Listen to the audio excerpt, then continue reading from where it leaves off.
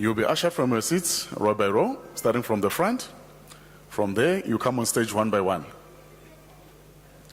When you get on stage here, please take off your mask. Then you stand right on top of the mat. Next to the podium here, there's a mat which is stuck on the floor. Please make sure that you stand right on top of this mat. You hand your name card to the dean or announce your name to the audience. And as your name is read, that's the moment to take your first photograph from a camera right across there, where the flash just went off now. Please make sure you look into that general direction in order for us to capture a good photograph of you. And if you're next in line, just wait at the bottom of the stairs for a moment. If you come up too soon, you might be in the same photograph with the person ahead of you. From here, you proceed. In the middle of the stage, there's a little bench there. The Chancellor will be sitting on that chair. You're expected to kneel there. That's where your degree will be conferred. You will be kept at that point. And from there, you proceed again. Almost at the end of the stage, there's another box on the floor. The registrar will be standing on top of that box. You stand in front of him. You face to the audience. As you do so, that's the moment you take your second photograph again, also from a camera from the raised area there. So please do not look down there or bend down. Try to just stand up nice and straight. Then you look straight to the audience again, and then we'll be able to capture a good photograph of you again there. From there, you proceed down those few steps. Up again, you turn to your left. On that table there, that's where you receive your certificate. And from there, you exit the auditorium through those exit doors there.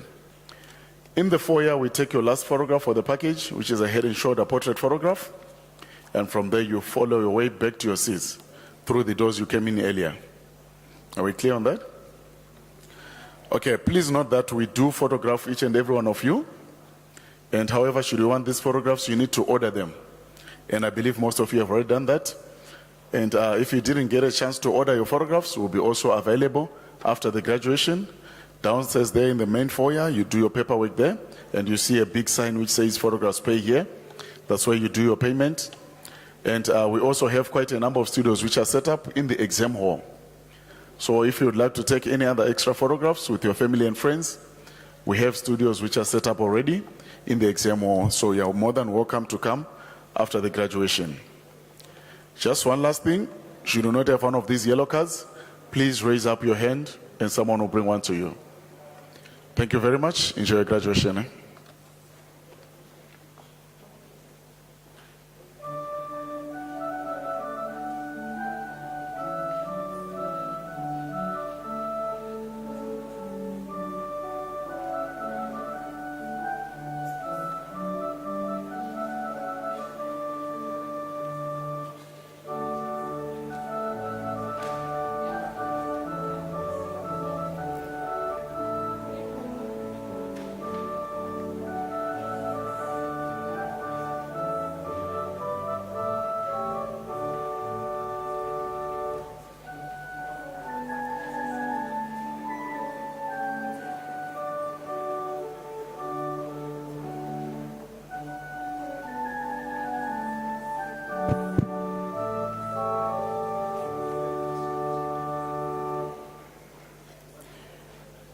Evening, ladies and gentlemen.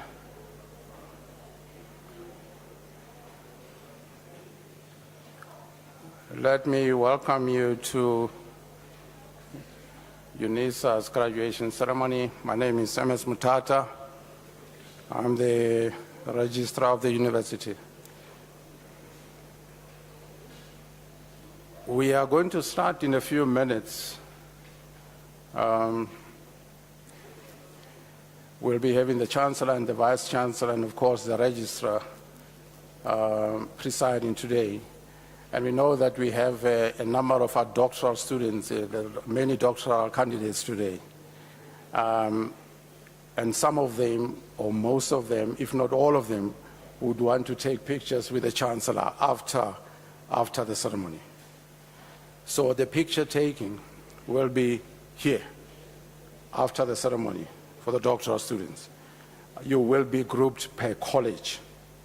So when we dissolve the congregation, please don't go, so that that process can be very quick. So you will be grouped then per college with myself, the Vice Chancellor and the Chancellor taking those pictures. Is that fine? Thanks a lot. Thank you.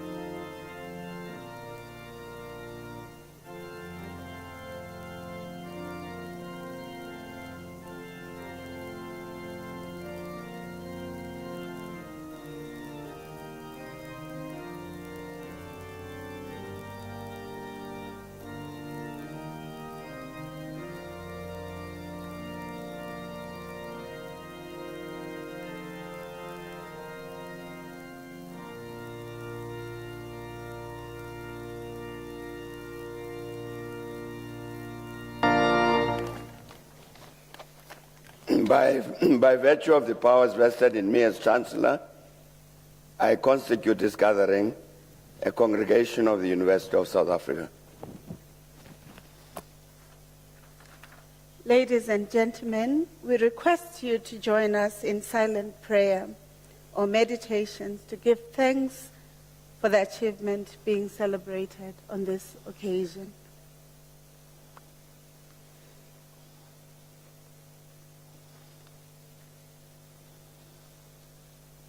You may be seated.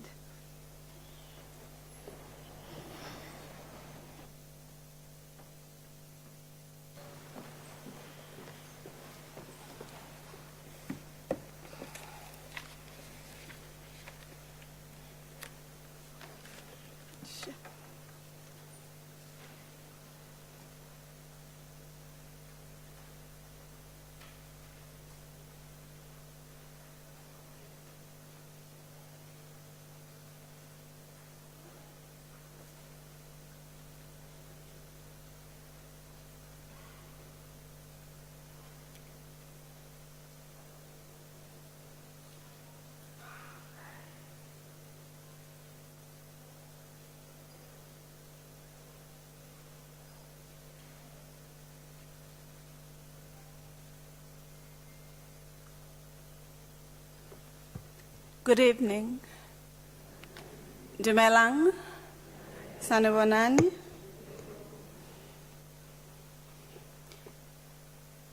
Your Excellency, Dr. Thabo Mbeki, the Chancellor of the University of South Africa, Executive Management, the Registrar, Professor Mutata. May I also extend the greetings to the deans of colleges and all their representatives. For the College of Law, Professor Ahmed, School Director in Law, College of Agriculture and Environmental Sciences, Professor Monde Ntwasa, who's the Acting Executive Dean, College of Science, Engineering and Technology, Professor Linkala, School Director, Science, College of Education, Professor Sebate, Executive Dean, and Professor Mudau, College Representatives. May I also acknowledge your spouses or partners who are present, members of the administrative staff, Graduation Division, Department of Institutional Advancement, Department of Facilities Management, Multimedia Care Center, and of course, one who has through music been welcoming us, Mr. Vermeulen, and our Chancellor's address today will be given by Professor Mudau. I'd like to start my reflections in welcoming you this evening by thanking the writer of the idea around universities, but also the idea that universities are not new in the context of Africa, but they've been central to how we as society reflect, analyze, create knowledge, and ensure that such knowledge creates wellness, wholeness, and well-being. In particular, I'd like to remind us around the university started in Morocco in Fez by a woman, Al Karawin University. But I'd also want to remind you of the manuscripts and archives that have demonstrated that Africans have always been at the center of creating or co-constructing knowledge.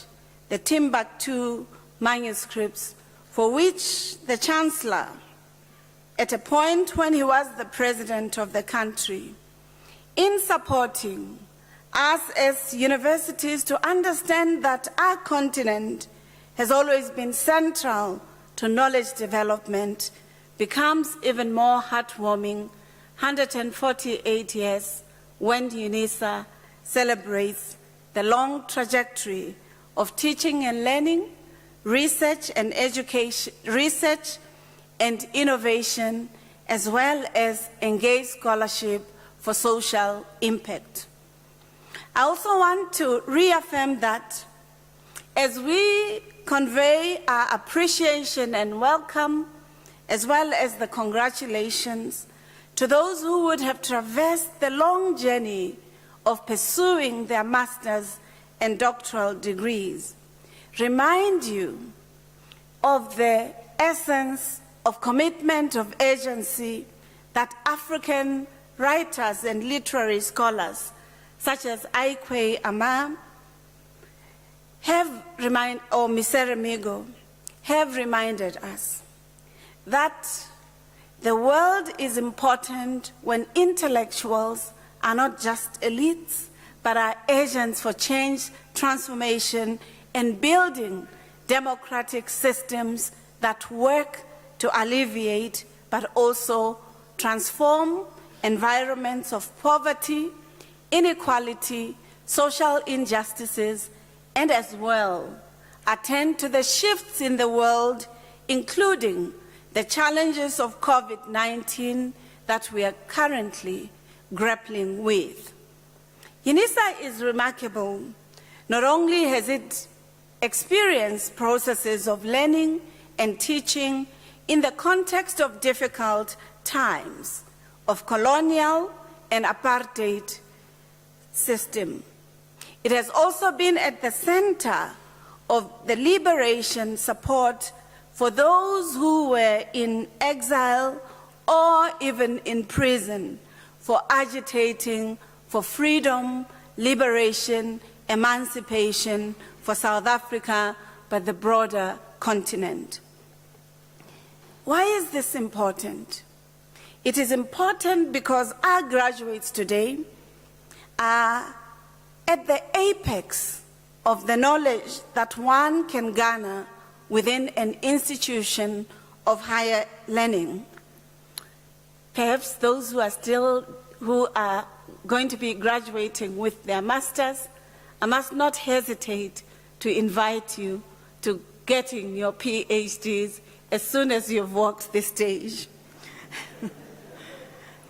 I must state that precisely because of the rapid changes in the world, whether in the digitalization systems or in the pandemic or geopolitical challenges that Africa or South Africa contend or live with, it is important that cohorts of knowledgeable people who invest in research and talent to ensure that they research, understand the world we live in, and contribute to changing life for the better becomes an important invitation for you as the graduates of Unisa.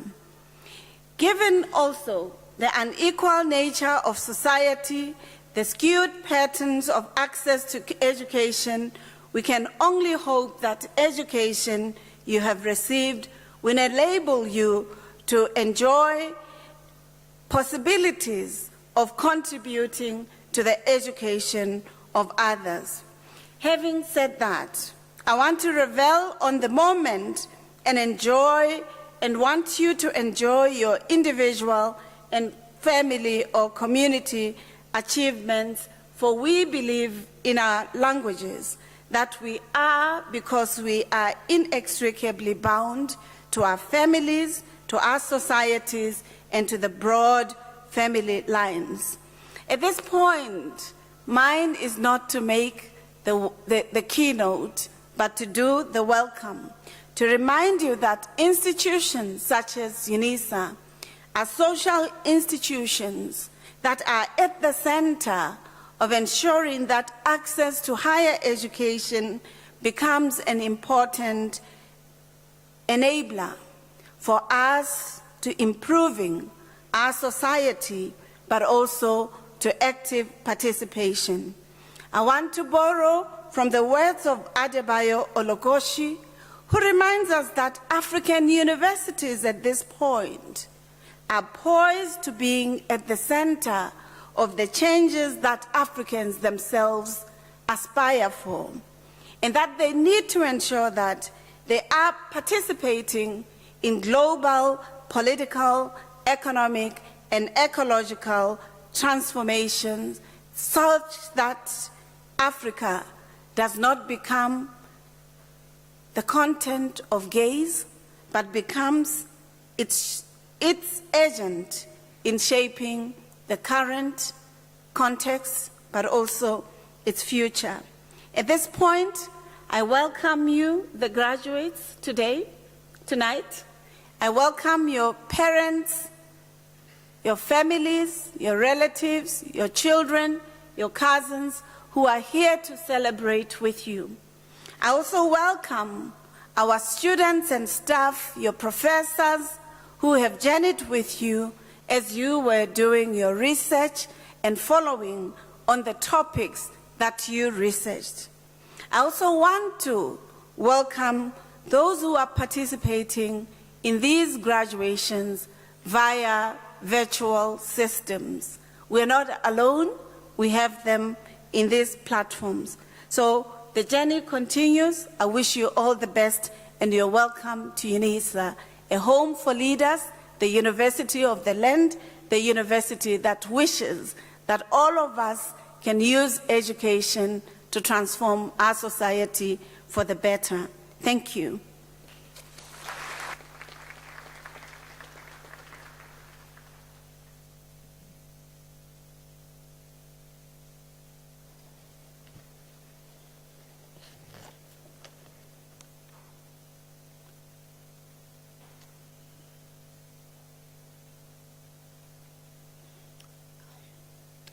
Professor Mudau, you're welcome to address the university graduation. Thank you.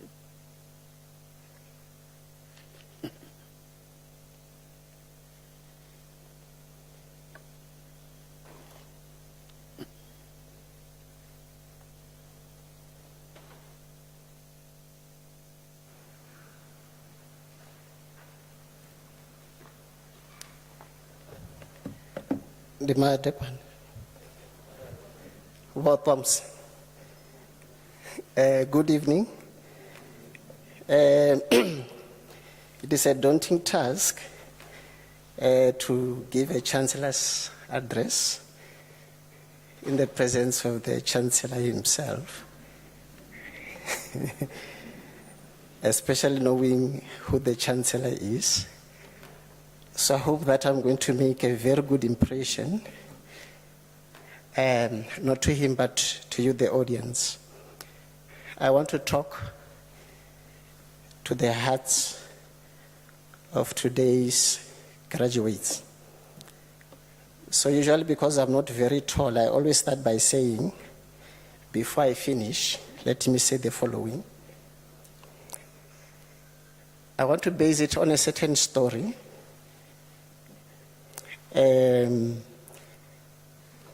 This guy was told to tell his army that to defeat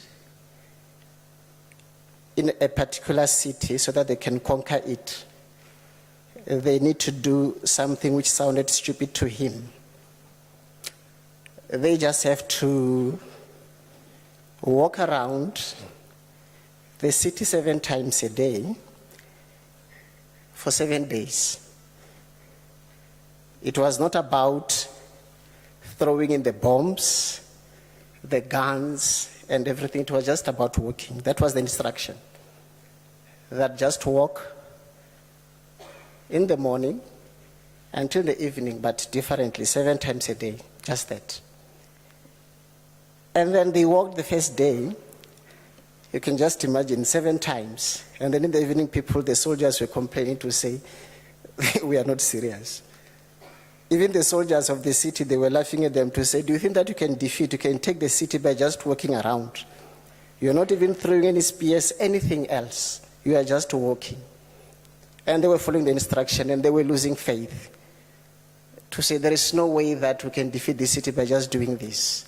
We have all the armaments, we have the guns, we have the bombs. Let us just throw them inside and then we'll be able to defeat this one.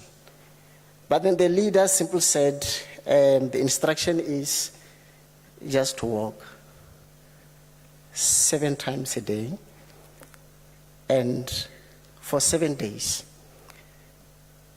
That sounded very unrealistic and kind of stupid. That it is not going to be doable. That it is not going to be possible. As a graduate, there are dreams, there are plans that you make. And then some of them look unrealistic.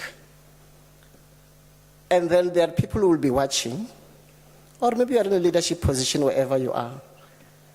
And then they will tell you now, it cannot work. Or you have a PhD, but nothing is coming up. You are still in the same position which you were in even before you had that qualification. Rather do something. So let us go back to this story. So on the 7th day, they did the same thing. And then they were now very much agitated and tired and hopeless.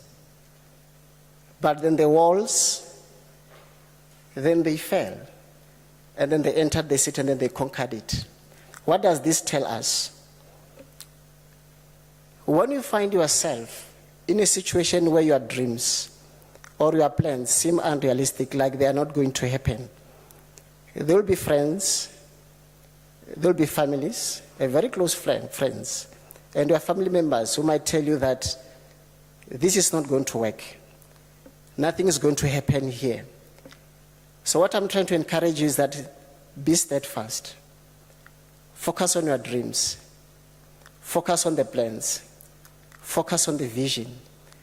Tell yourself that I have a plan. You are the only one who has the master plan. The leader of the army had a master plan. He knew what he was supposed to do.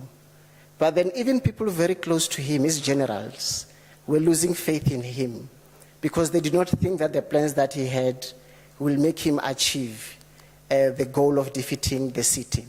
So even yourself, wherever you are, you might find that tomorrow you don't wake up as a director. You don't wake up as a manager. Your junior is still your leader. Be steadfast. Be patient. Patience is virtue. Things will work out. There could be many people talking about negative things out there. Indeed, the statistics will show there are no jobs. There are other graduates, even PhD holders, who don't have employment. But you don't focus on that. You focus on your plans. If you have a plan, follow your plan. And then persevere. And then one day things will work. Working 7 times a day for 7 days, it was too much, 49 times. Just being hopeless. On the 3rd day, they could have lost hope. So even yourself, a few months down the line, you might begin to lose hope to say, I have this qualification, but nothing is happening. I have my master's, but nothing is happening. But have a plan in life. When you have a plan, things do work in the end. That is the kind of message that I want to leave you with, that when you leave here, even if you have forgotten everything from this celebration, just remember, have a plan in your life and follow it. The family, the friends are there. They might say positive things. They might say negative things. Don't hate them. Just focus on your plans and your ambitions, and then things will work. So before I finish, let me say, I wish you the best, and I love you so much. And don't take for granted this qualification. I hope I didn't embarrass the Chancellor. Thank you very much.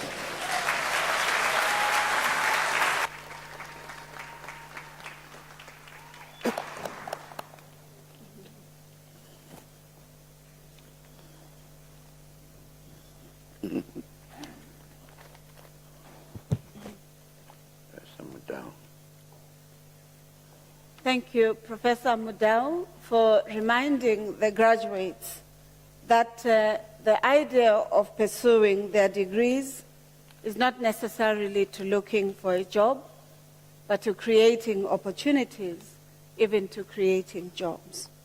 That you're reminded that the knowledge is not for seeking employment, but for expanding horizon in their worldviews around the future and how to shape life using research, knowledge, and opportunities that they've garnered through the education they received at Unisa.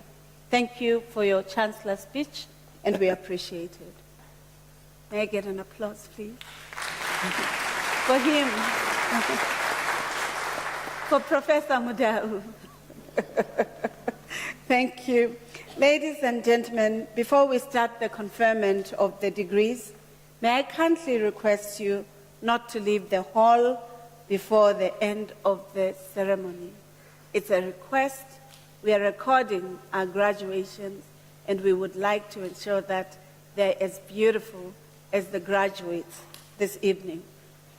The second aspect that I'd like to ask pertains to your devices. We know that we live in the 4.0 industrialization. Others call it the 4th industrial revolution, where your phone may be your workplace or may be your business platform. We do not ask you to switch it off, but we ask you to put it on silence so that we can allow the processes to proceed without interruptions. But the youth and young adults in this university remind us that it's important that we are present in the social media platforms. So I'd like to request every member of the family who either is on Facebook or on Twitter or on Instagram, can you just show with your phones? Can you light them? Can I see? Yeah. And then the graduates, can I see your phones?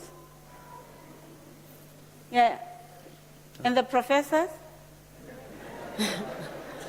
Yeah. So I learned that we shouldn't just use these social media platforms for communicating with each other, but we should communicate some constructive messages. Tonight's event is one such important event that requires communicating. It is important because our own National Development Plan says we should have PhDs that can contribute to the knowledge economy, and these represent that. So I'd like you to tweet and tag at Unisa and write 2021 graduations were cool or are cool.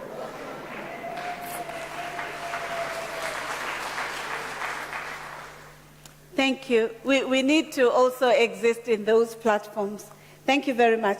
Mr. Chancellor, I now have the honor to request you to confer the degrees of the University of South Africa on the candidates whose names appear in the program. By virtue of the powers entrusted to me, I shall now proceed to confer the degrees of the university on the candidates whose names appear in the program. Mr. Chancellor, the representatives of the colleges will now present the candidates to you. Professor Lekala.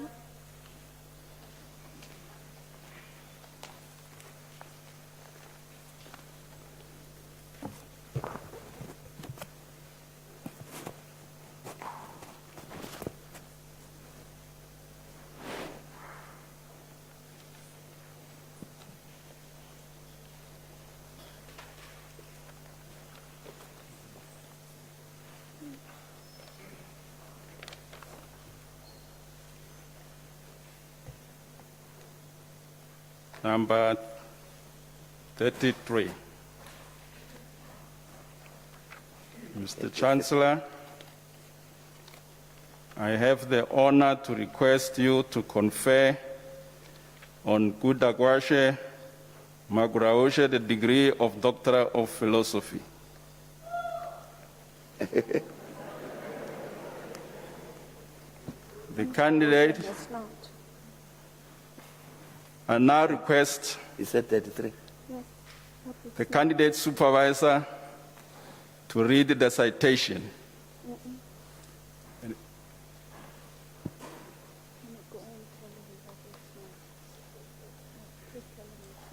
Mr. Chancellor, in the absence of the supervisor, I now read the citation as published in the.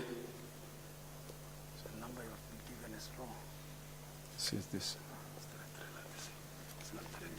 It's 9. Mr. Chancellor, the number referred to in the program is 9, whereas I was given 33. Now it is my privilege to read the citation in support of the conferment of the degree.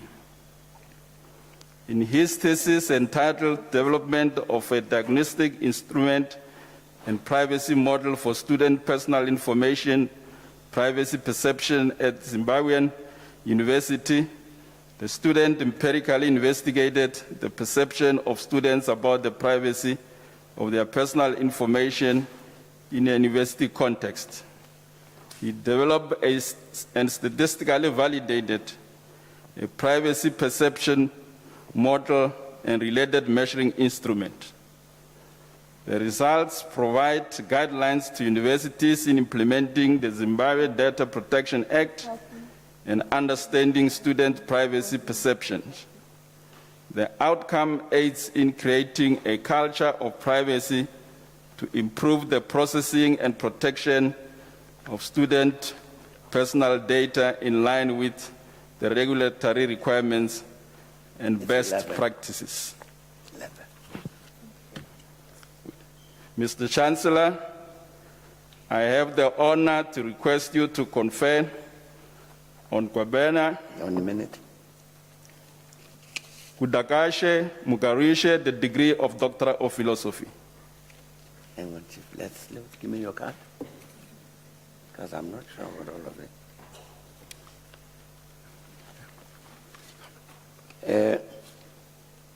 By virtue of the Chancellor, by virtue of the powers entrusted to me, I confer the degree of Doctor of Philosophy on Magarushe Kudakwashe.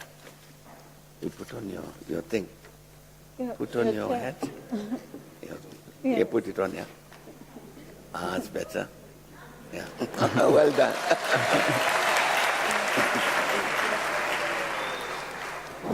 He must take his thing. Number 25. Mr. Chancellor, I have the honor to introduce to you Michelle Elizabeth Roberts for the degree of Doctor of Philosophy. I request a supervisor, Professor J. van der Poel, to read the citation in support of the conferment of the degree. Number 25. Mr. Chancellor, Madam Vice-Chancellor, mobile knowledge workers become committed organizational members only if adequate technology is available to them. In her thesis entitled The Influence of Information and Communication Technology on the Organizational Commitment of Mobile Knowledge Workers, Michelle Elizabeth Roberts addresses the knowledge gap in our organizational commitment of mobile knowledge workers. Following a qualitative research choice, she formulates several propositions through comprehensive literature review and develops a conceptual framework to influence the organizational commitment of mobile knowledge workers. She enhances and validates the framework through sets of interviews among stakeholders in industry, thereby making a valuable contribution to information systems. I thank you.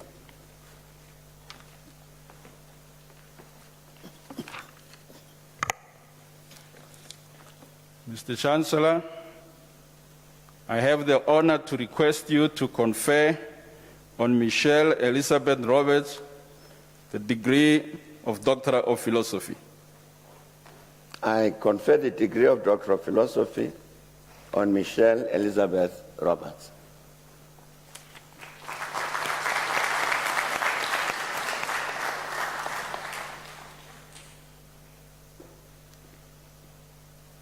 done. Congratulations.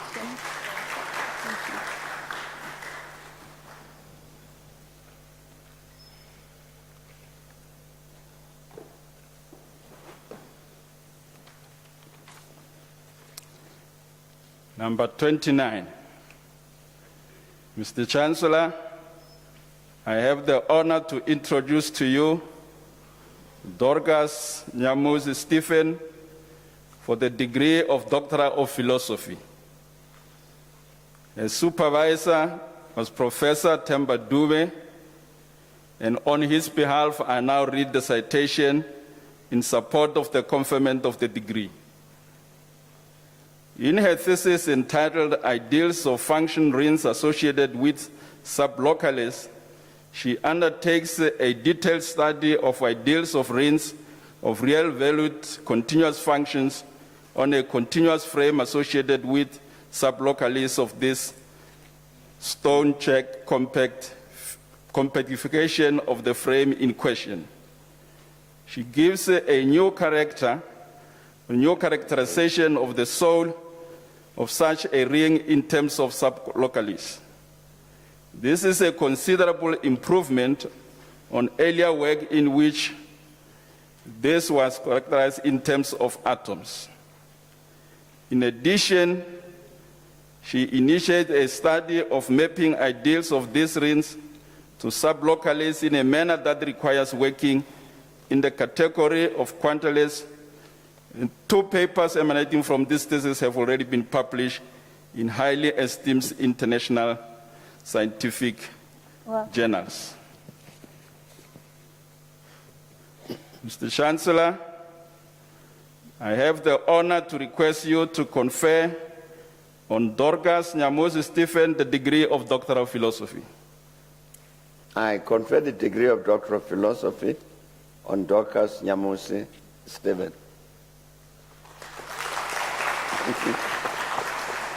Well done. Keep going that way. This way.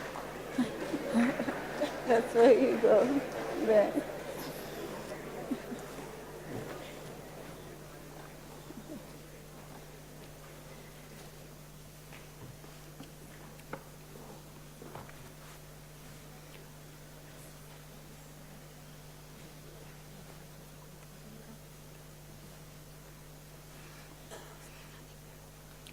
It's that is okay, what number?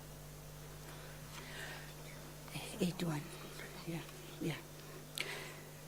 Number 81. 81.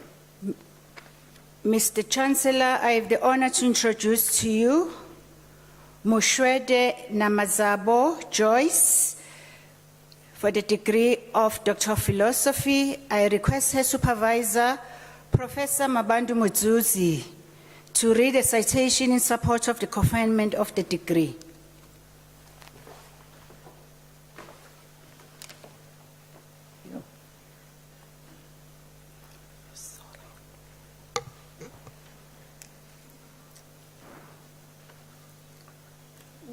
In her thesis entitled Determinants of Condom Use Among Young Adults in the Bembe District, Limpopo Province, Ms. Muswede explored the determinants of condom use among young adults. Based on her findings, she developed a contextual relevant model to promote condom use by youth in rural community. The model addresses social, economic, structural, and cultural issues to ensure that they are aligned to Vaswapanda, meaning youth first principle. Mr. Chancellor, I have the honor to request you to confer on Namazabo Joyce Muswede the degree of Doctor of Philosophy. Yeah. Social work. Philosophy. The title. Thanks. I confer the degree of Doctor of Philosophy Onomazapho Joyce Mushwede. Thanks. Congratulations. It says Doctor of Social Work.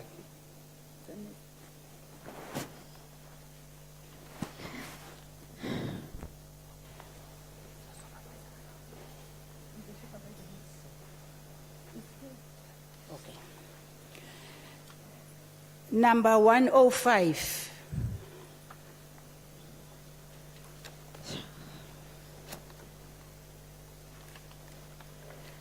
Mr. Chancellor, I have the honor to introduce to you Michael Basera for the degree of Doctor of Philosophy. In the absence of his supervisor, I'm going to read the citation.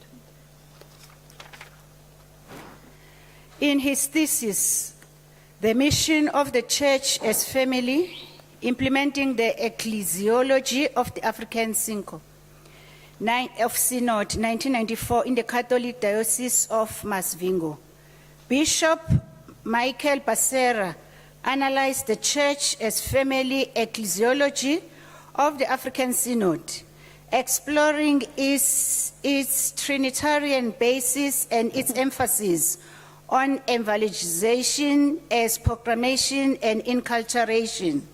He analyzed different family types found in the diocese: nuclear, single parent, child-headed, reconstituted, and extended, and interviewed members to examine how each type embodies or hinders the implementation of the Synod's vision.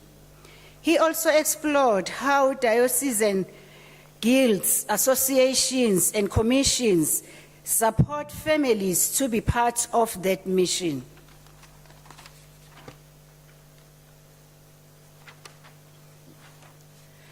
Mr. Chancellor, I have the honor to request you to confer on Michael Basera the degree of Doctor of Philosophy. I confer the degree of Doctor of Philosophy on Michael Basera.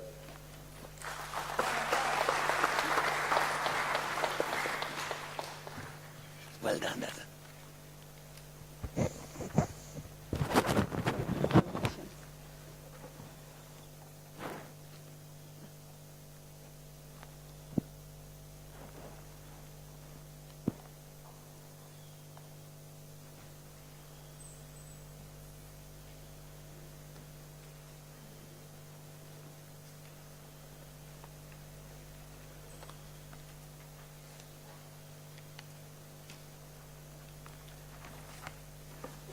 $129.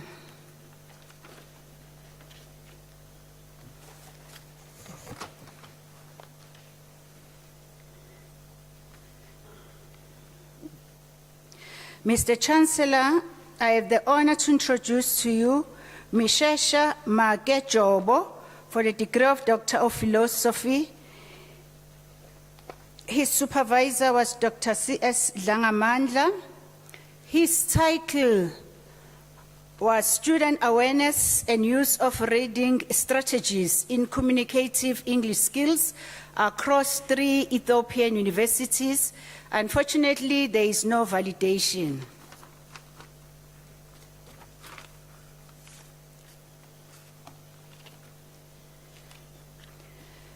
Mr. Chancellor, I have the honor to request you to confer on Mishesha Makejobe for the degree of Doctor of Philosophy.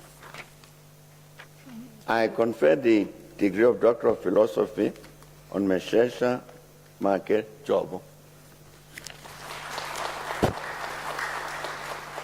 Well done.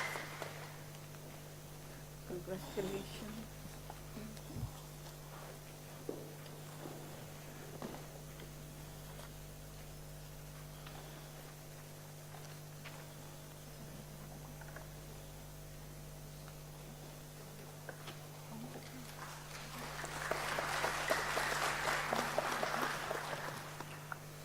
Number 133.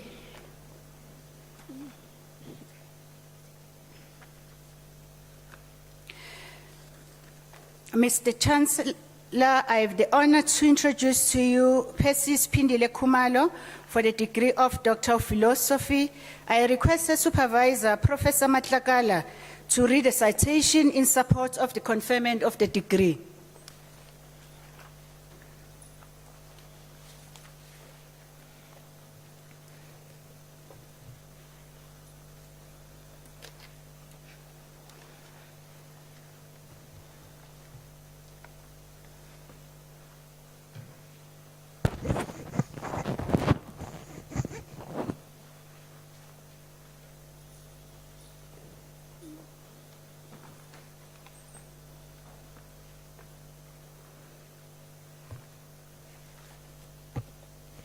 In her thesis entitled Determinants of Adherence to Tuberculosis Treatment Amongst Clients with Tuberculosis in Eswatini, she investigates the determinants of adherence to tuberculosis in the study area. Her findings are that structural and psychological factors affect adherence. She makes a valuable contribution to the body of knowledge in the field of nursing and public health by proposing the strategies to enhance adherence to treatment among TB clients. The proposed strategies could be used as a point of reference when a quality improvement need arises. Mr. Chancellor, I have the honor to request you to confer on Persis Pindile Kumalo the degree of Doctor of Philosophy. I confer the degree of Doctor of Philosophy on Persis Pindile Kumalo.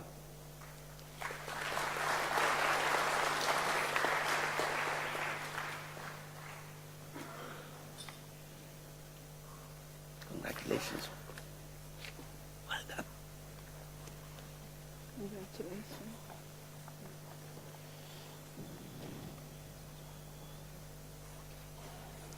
Okay.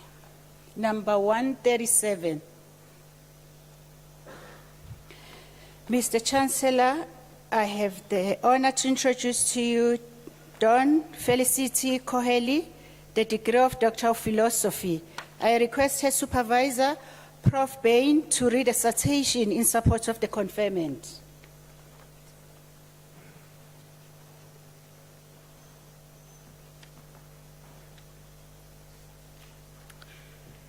In her thesis entitled The Real Chick Lit Issues, a reflection of global feminist concerns, Dawn Felicity Koheli explores fiction by women for women, colloquially known as chick lit. Her hypothesis is that chick lit is unfairly denigrated by scholars and critics alike, and that, far from being fluff, as it is colloquially called, it constitutes an important feminist response to concerns that preoccupy women and feminist theorists. Her thesis makes an important contribution to knowledge, inter alia, by bringing to light chick-lit texts from Australia, the United Kingdom, South Africa, and Zimbabwe, and by highlighting the representation of gender-based violence in these texts. Mr. Chancellor, I have the honor to request you to confer on Dawn Felicity Koheli the degree of Doctor of Philosophy. I confer the degree of Doctor of Philosophy on Dawn Felicity Kohali. Well done.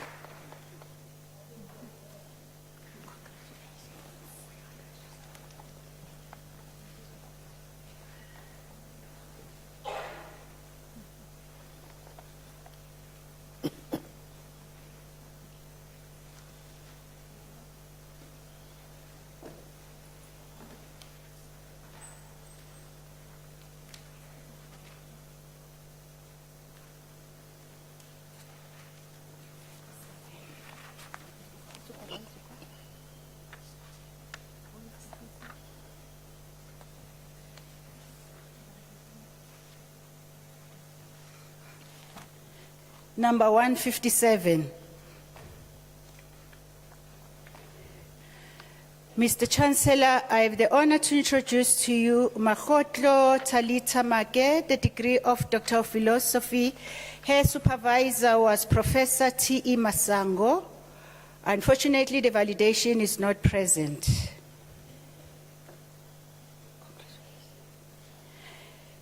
Mr. Chancellor, I have the honor to request you to confer on Makgotlo Talita Make the degree of Philosophy.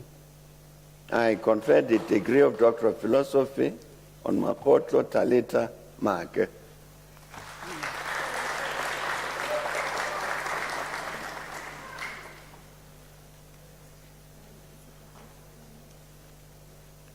Well done.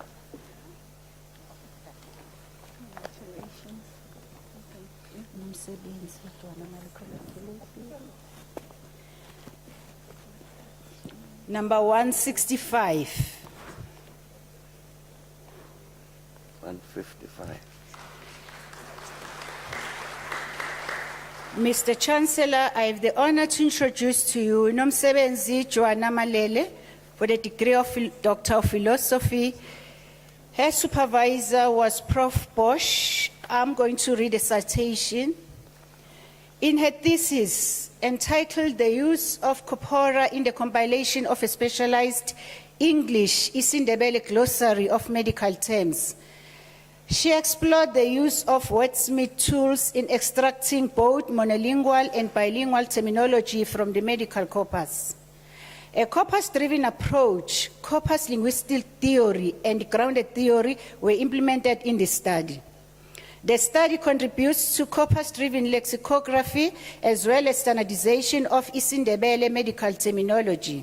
The study has proven that the use of corpora in compiling lexicographic products such as dictionaries and glossaries is possible in indigenous languages of South Africa, like Isindebele. The supervisor was Prof. Sonia Bosch, and the co-supervisor was Dr. Gertrude Fass. Mr. Chancellor, I have the honor to request you to confer on Nomsebenzi Joanna Malele the degree of Doctor of Philosophy. I confer the degree of Doctor of Philosophy on Nomsebenzi Joanna Malele.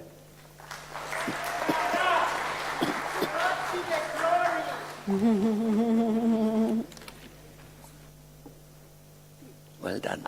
Thank you. Congratulations.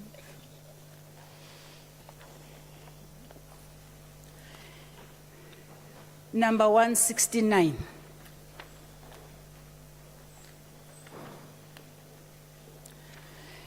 Mr. Chancellor, I have the honor to introduce to you James Kinokeno Mashabela for the degree of Doctor of Philosophy. I request his supervisor, Professor Madise, to read a citation in support of the conferment of the degree.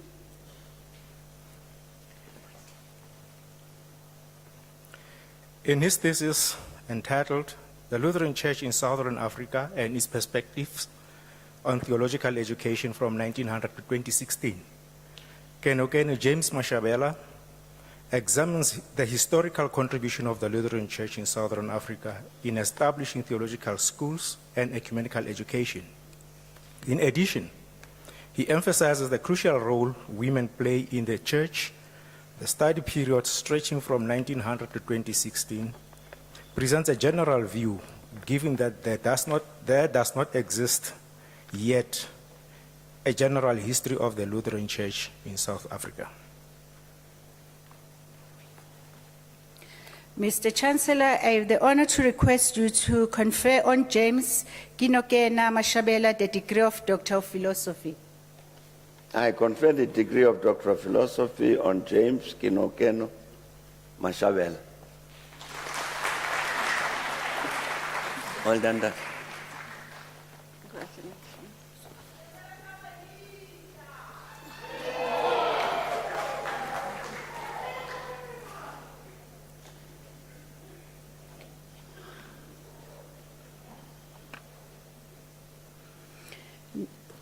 Number 173.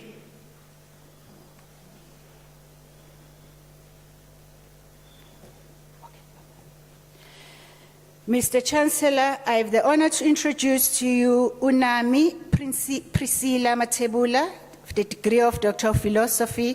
I request her supervisor, Professor Molegi, to read a citation in support of the conferment of the degree.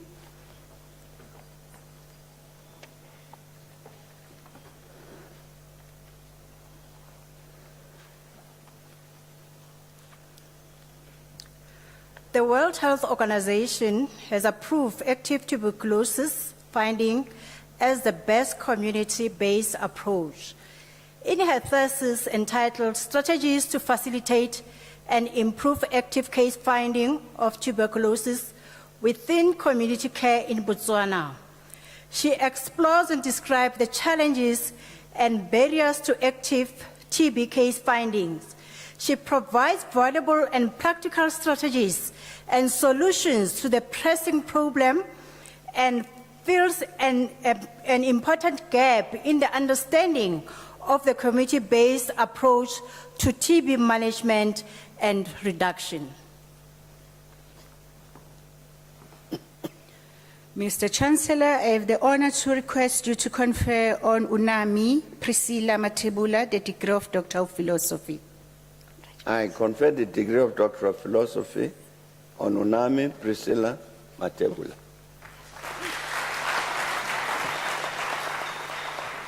Well done. Congratulations.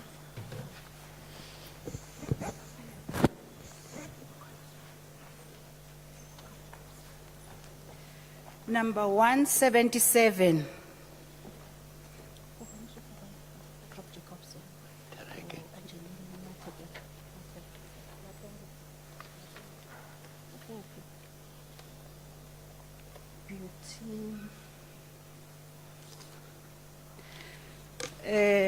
It's 181, Chancellor. 181. 181. Mr. Chancellor, I have the honor to introduce to you Beauty Namakando Matongo, the degree of Doctor of Philosophy. I request her supervisor, Prof. Jacobs, to read a citation in support of the conferment.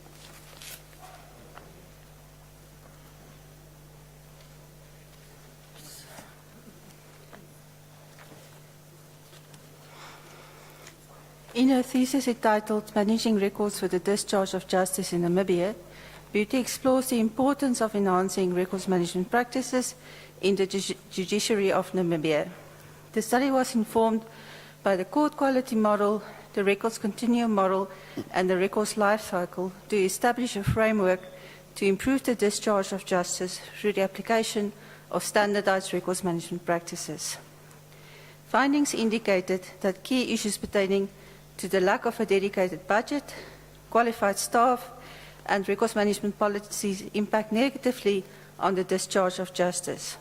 Beauty's proposed framework demonstrates the importance of buy-in from stakeholders and the allocation of sufficient resources to improve records management practices in the judiciary of Namibia. Mr. Chancellor, I have the honor to request you to confer on Beauty Namakando Matongo the degree of Doctor of Philosophy. I confer the degree of Doctor of Philosophy on Beauty Namakando Matongo.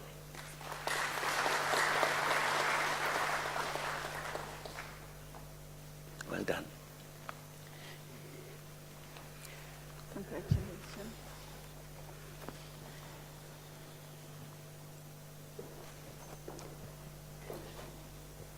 Number 177. 177. Going back. Going backwards. Mr. Chancellor, I have the honor to introduce to you Angelina Matekere, the degree of Doctor of Philosophy. I request her supervisor, Prof. Shelnak Kelly, to read a citation in support of the conferment of the degree.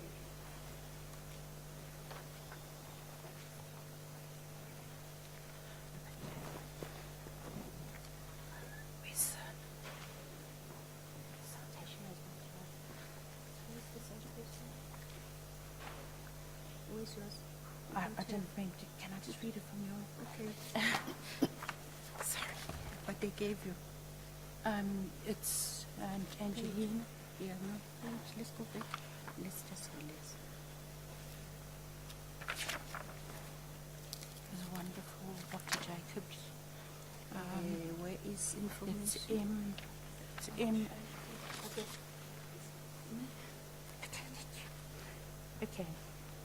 In her thesis entitled Universities and the Promotion of Access to Information Act in South Africa, a comparative study of public universities in Gauteng province, she uses a qualitative approach with an interview and document review to investigate the level of compliance with the Promotion of Access to Information Act 2000 and the factors affecting compliance with the Act. She identifies weak political will, poor implementation, and a culture of secrecy as the prominent factors and develops a model to address them. The study and the model are didactic to the non-compliant public body. Mr. Chancellor, I have the honor to request you to confer on Angelina Matereke the degree of Doctor of Philosophy. I confer the degree of Doctor of Philosophy on Angelina Matereke.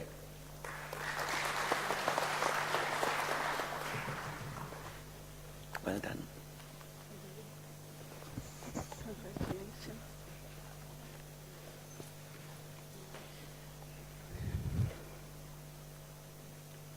$193.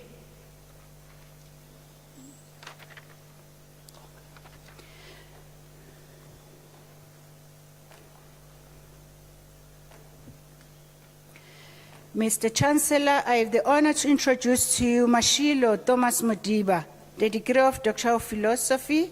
I request the supervisor, Prof. Ngulube, to read the citation in support of the conferment of the degree.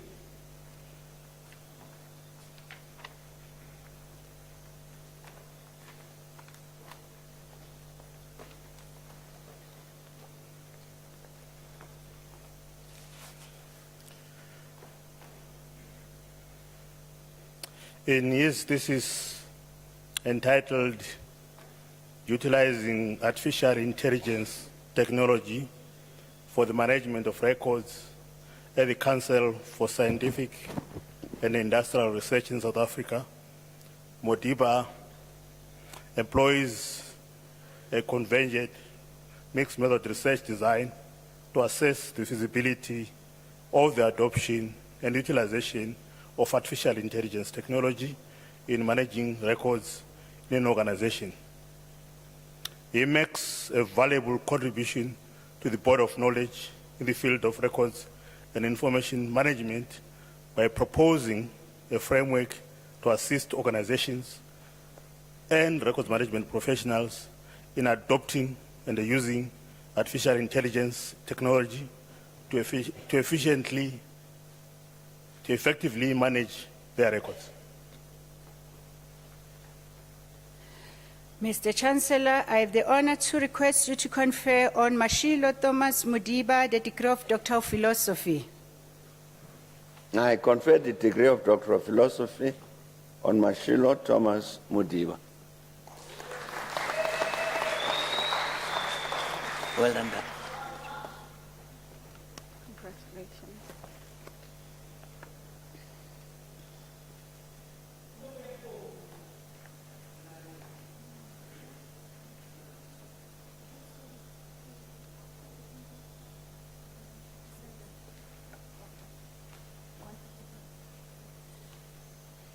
Chancellor, we're going back to number 57.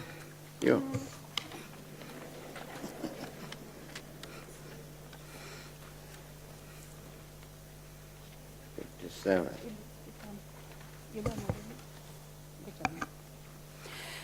Mr. Chancellor, I have the honor to introduce to you Benjamin Mandevere for the degree of Doctor of Philosophy. The candidate supervisor was Dr. Wickers, and it's now my privilege to read a citation in support of the conferment of the degree.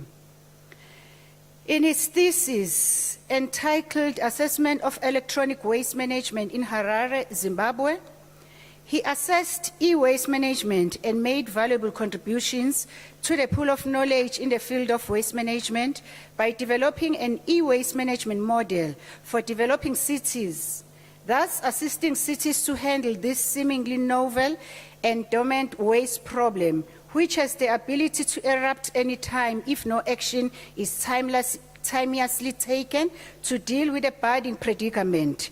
While universally volumes of e-waste are exponentially increasing, the ability of most developing cities to manage such waste has not, hence presenting a detriment to the environment and humanity in general.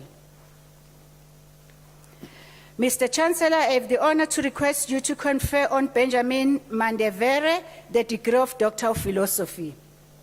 I confer the degree of Doctor of Philosophy on Benjamin Mandevere. Well done.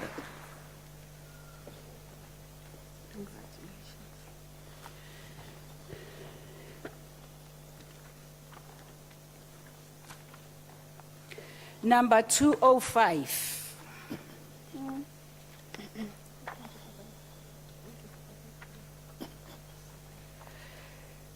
Number 205, Mr. Chancellor, I have the honor to introduce to you Elita Moyo for the degree of Doctor of Philosophy. I request her supervisor, Prof. G.T. Baloi, to read a citation in support of the conferment of the degree.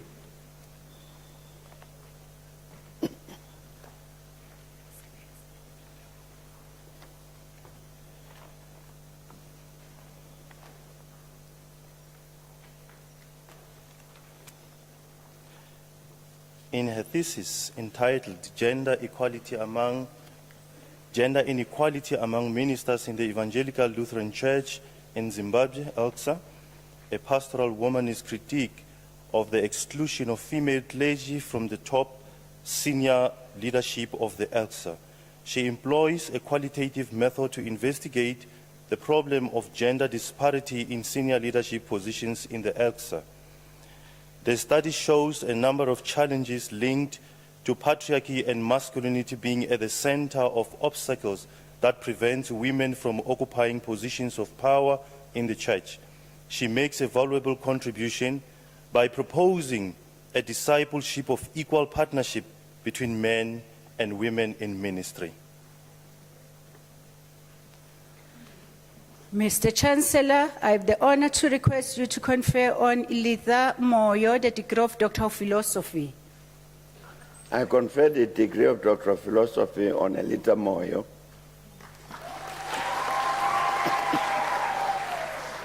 Well done.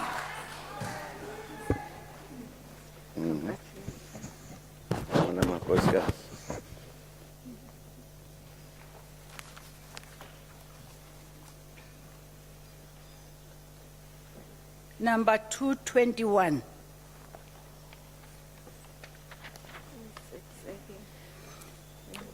Mr. Chancellor, I have the honor to introduce to you Kevin Murithi Ndereba for the degree of Doctor of Philosophy. I request his supervisor, Prof. Aziz, to read a citation in support of the conferment of the degree.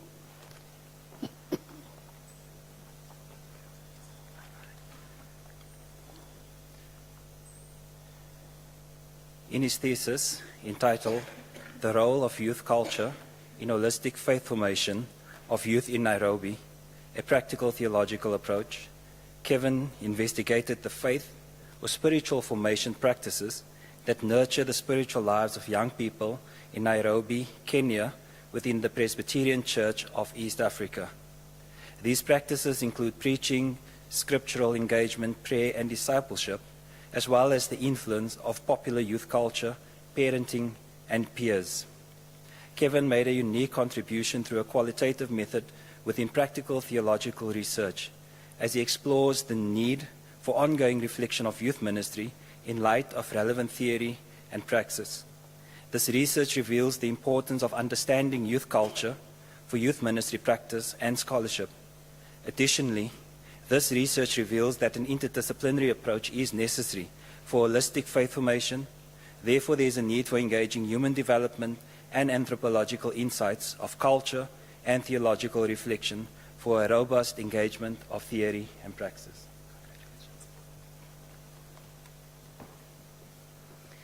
Mr. Chancellor, I have the honor to request you to confer on Kevin Muriti Ndereba the degree of Doctor of Philosophy.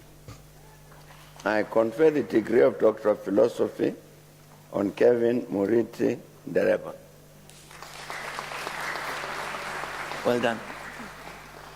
Congratulations.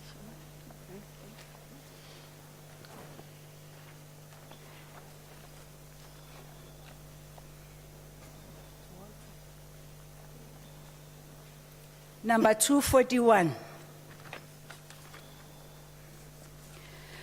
Mr. Chancellor, I have the honor to introduce to you Walter Nyatzanza for the degree of Doctor of Philosophy. His supervisor was Prof. Krisinja. I'm going to read a citation.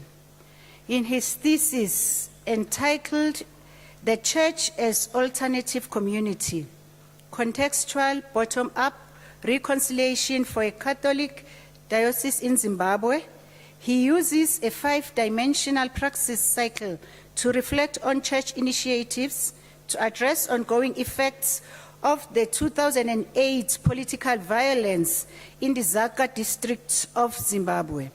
He uses interviews and a focus group to listen to the views of victims and survivors on the violence and on prospects of reconciliation.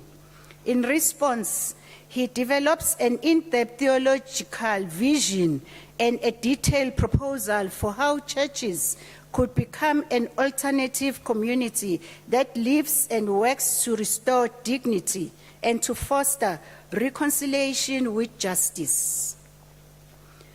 Mr. Chancellor, I have the honor to request you to confer on Walter Nyatzanza the degree of Doctor of Philosophy.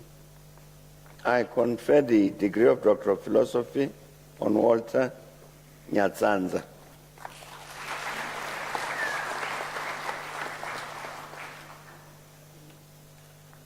Well done. Congratulations.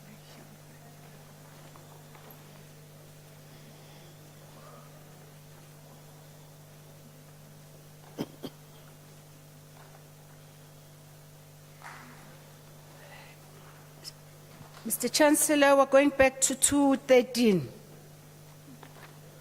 Number 213. Mr. Chancellor, I have the honor to introduce to you Betha Muringani for the degree of Doctor of Philosophy. I'll request her supervisor to read a citation in support of the conferment.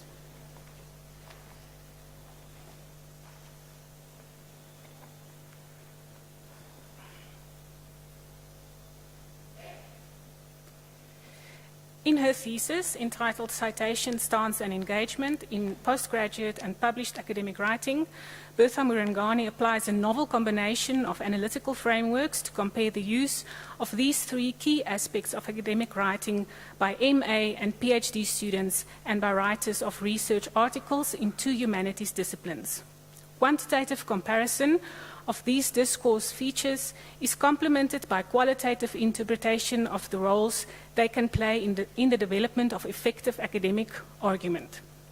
Further insights are derived through interviews with students and supervisors, and the study as a whole makes a definite contribution to the relatively under-researched field of postgraduate academic writing. Mr. Chancellor, I have the honor to request you to confer on Betha Muringani the degree of Doctor of Philosophy. I confer the degree of Doctor of Philosophy on Betha Muringani.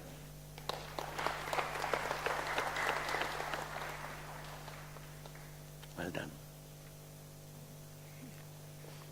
Congratulations.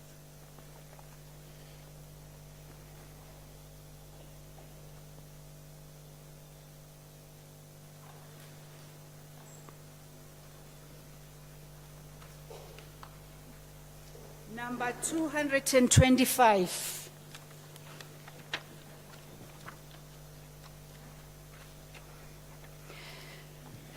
Mr. Chancellor, I have the honor to introduce to you Adele Nittling for the degree of Doctor of Philosophy. Her supervisor is Professor Roots. In her absence, I'm going to read a citation. In her thesis entitled Cooperative Learning, an approach to enhance clinical reasoning of nursing students, she develops a cooperative clinical reasoning activity that can assist in developing the clinical reasoning skills of nursing students by utilizing a multi-method research design. The CCRA is developed, validated, tested, and implemented in an experimental group. The findings reveal that the clinical reasoning skills of students who are exposed to the CCRA significantly improve. The CCRA can be utilized, adapted, or improved in diverse contexts to improve nurses' clinical reasoning skills and ultimately patient outcomes. Mr. Chancellor, I have the honor to request you to confer on Nittling Adele the degree of Doctor of Philosophy. I confer the degree of Doctor of Philosophy on Adele Nittling. Well done. Congratulations.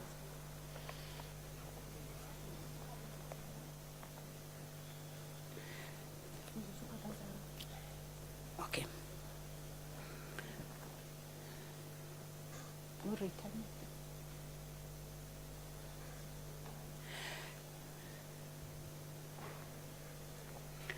Number 249. Mr. Chancellor, I have the honor to introduce to you Rita Opoku Danso for the degree of Doctor of Philosophy. I request her supervisor, Prof. Habedi, to read a citation in support of the conferment of the degree.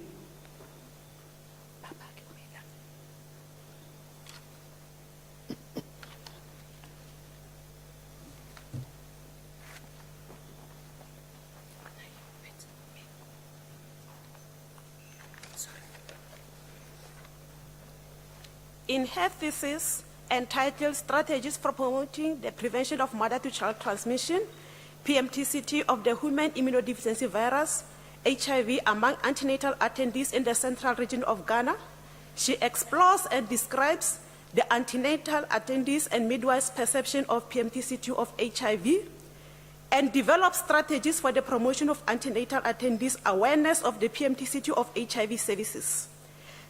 Data gathered through questionnaires completed by the antenatal attendees and midwives are processed and analyzed using Statistical Package for Social Sciences, SPSS version 21.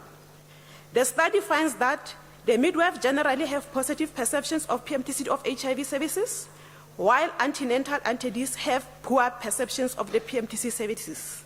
She outlines the 10 new strategies that she developed and observed that the implementation thereof, in addition to the existing ones, would increase awareness among antenatal attendees of PMTCT of HIV. Mr. Chancellor, I have the honor to request you to confer on Rita Opoku Danso the degree of Doctor of Philosophy. I confer the degree of Doctor of Philosophy on Rita Opoku Danso. Well done. Congratulations.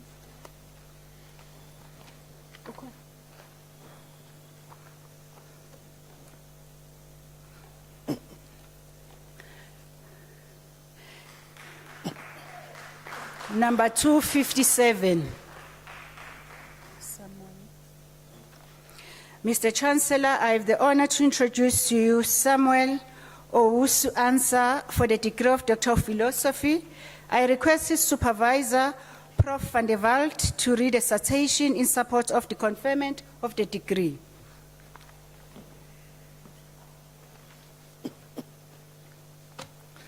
In his thesis, Repositioning University Libraries in the Digital Age, Samuel Owusu Ansa examines how university libraries in Ghana could be realigned to adequately provide improved library services. Data collected from university directors, library staff, and library users are analyzed by means of qualitative and quantitative techniques.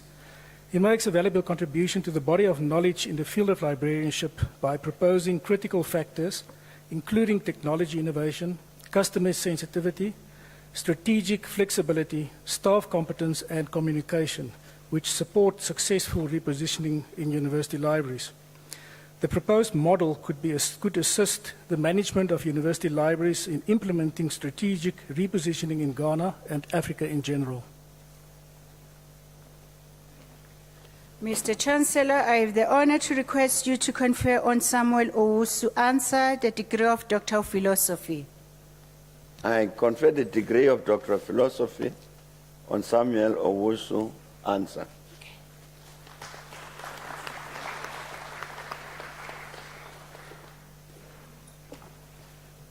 Well done.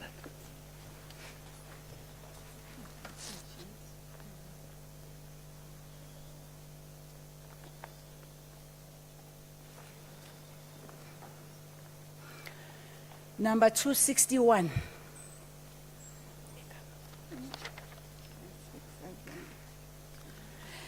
Mr. Chancellor, I have the honor to introduce to you Malefecha Phineas Paladi, the degree of Doctor of Philosophy.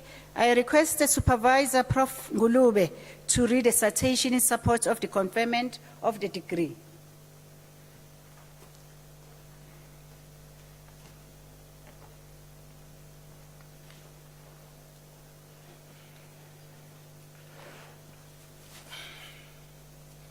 The loss of organizational knowledge poses risks and it threatens the sustainability of organizations. In his thesis,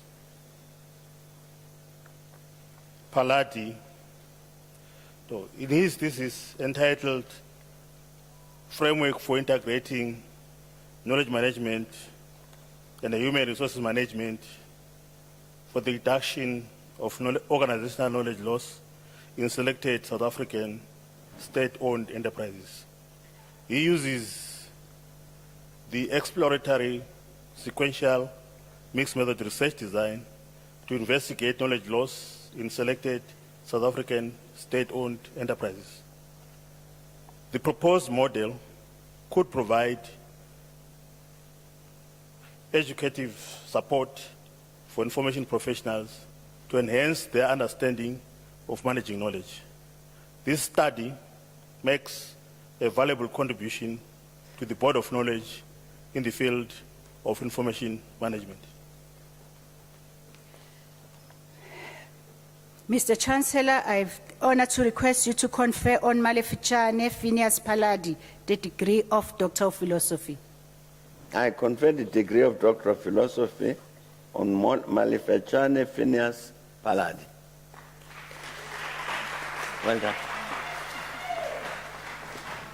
Congratulations.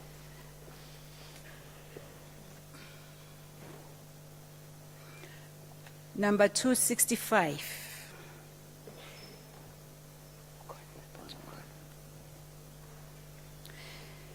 Mr. Chancellor, I have the honor to introduce to you Robert Kopano for the degree of Doctor of Philosophy. I request his supervisor, Professor T.G. Lumadi, to read the citation.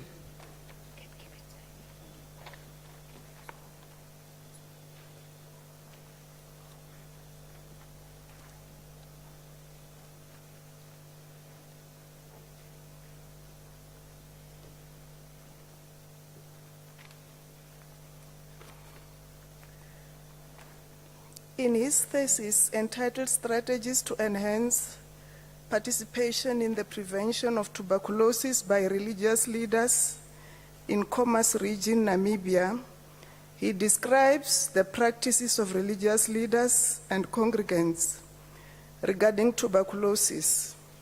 Data collected from religious leaders and congregants are analyzed by means of qualitative and quantitative techniques. He identifies and thoroughly assesses the knowledge and attitude of religious leaders and congregants towards TB, and subsequently develops strategies to enhance participation in the prevention of TB. The study makes a valuable contribution towards the involvement of religion in the prevention of TB.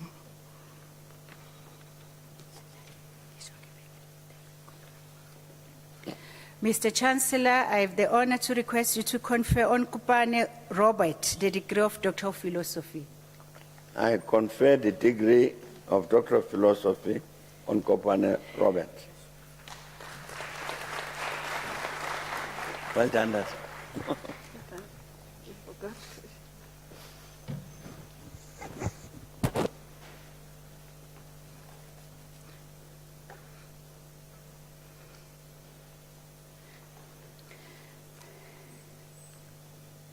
Number 269. 269. Mr. Chancellor, I have the honor to introduce to you Belal Adel Qaida Mohammed Ali Sabah, the degree of Doctor of Philosophy. His supervisor was Prof. Y. Dadu. I will read a citation on behalf of him. Conflicts at various levels have played decisive roles in shaping the Muslim identity in South Africa in the pre- and post-apartheid eras. In his thesis entitled The Impact of Racial and Ethnic Conflicts on the Identity of Muslim Minority in South Africa according to the social phenomenon halal, he identifies factors that assist in the interpretation of social phenomenon linked to the category of permissible and forbidden acts in Islamic law. In the process, he identifies new concepts that the Muslim in minority have adopted, as well as the jury presidential framework employed in the halal industry in South Africa.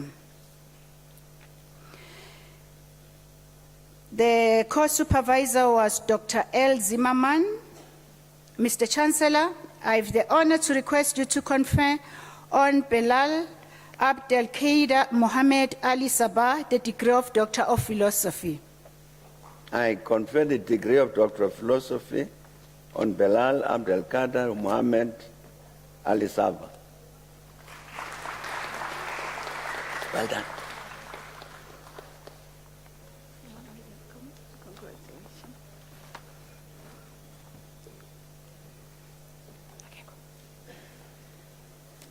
Number 281.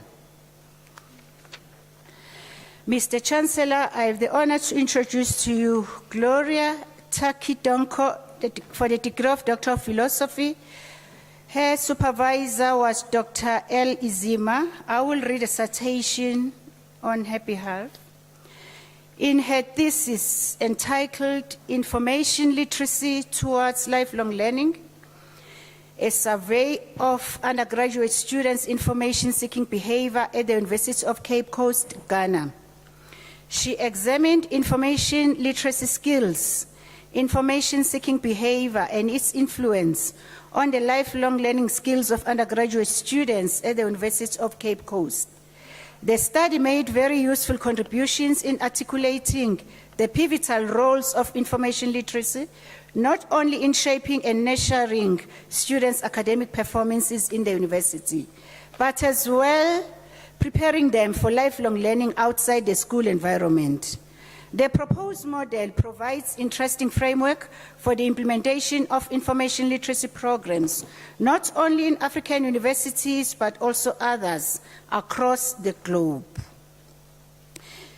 Mr. Chancellor, I have the honor to request you to confer on Gloria Takidonko the degree of Doctor of Philosophy.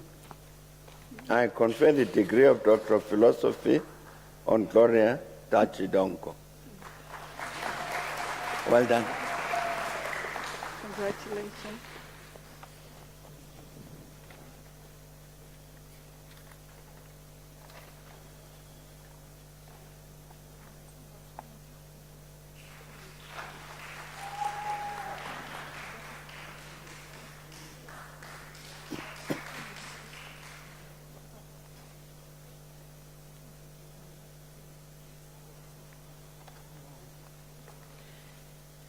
Number 293.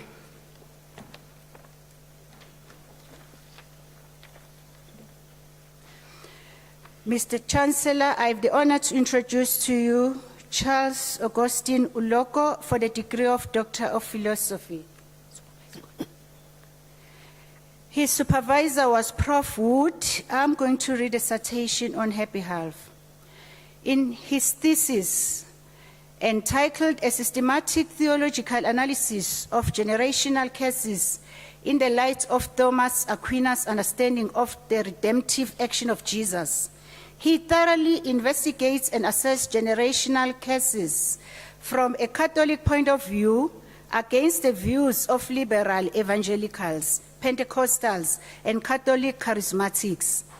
His aim to enrich the body of Catholic systematic theology on generational cases is met with distinction. His unpacking of Aquinas' redemptive theology as a response to generational cases contributes to the body of Catholic systematic theology of cases and demonology. His contribution to the body of knowledge in Catholic theology assists the Catholic priests and the proponents of generational cases with a wealth of academic tools to respond to the issues raised by generational cases. Mr. Chancellor,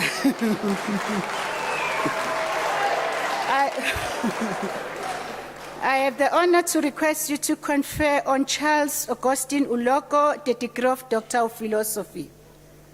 I confer the degree of Doctor of Philosophy on Charles Augustine Uloko.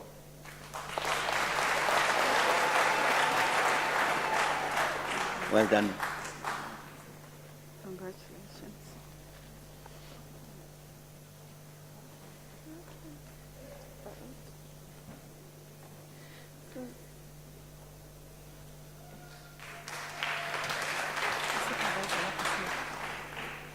Okay. Mr. Chancellor, we don't have the name. We'll just use the same paragraph 293 and change the name of the student. Mr. Chancellor, I have the honor to introduce to you Mokou Johannes Rachwata for the degree of Doctor of Philosophy. I'm going to call her supervisor to read the citation.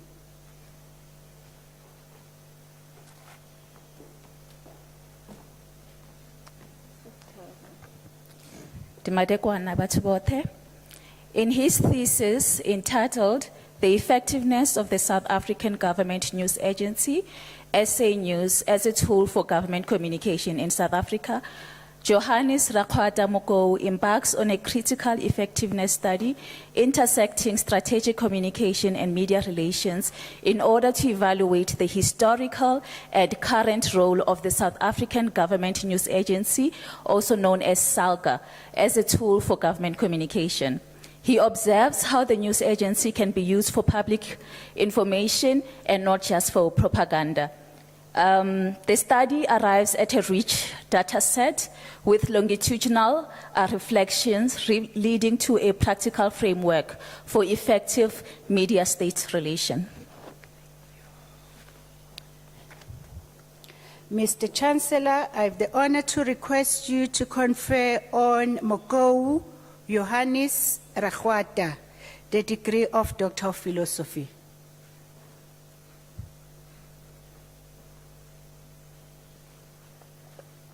Thanks.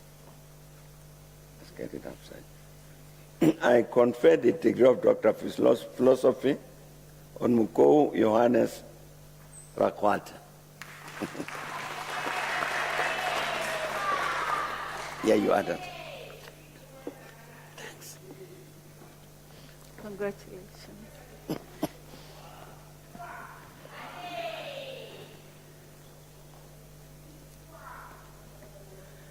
Mr. Chancellor, we are still on number 293 because the candidate is not on the list. Mr. Chancellor, I have the honor to introduce to you Sally Kumwenda for the degree of Doctor of Philosophy. I request her supervisor, Prof. Mpini Makwe, to read a citation in support of the conferment of the degree.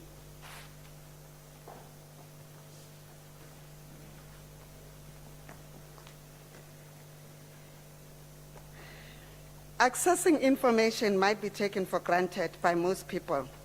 However, this is a struggle for people with visual impairments. In her study, an analysis of accessibility of print media to people with visual impairment, Sally Kumwendo found that print media in both hard copy and electronic media versions is not accessible to people with visual impairments. It also uses stereotypical and degrading terminologies when covering their issues. Following on these findings, a model was formulated with the hope that it will assist people in the media to improve their information dissemination strategies to accommodate those with visual impairments. Thank you. Mr. Chancellor, I have the honor to request you to confer on Sally Kumwenda the degree of Doctor of Philosophy.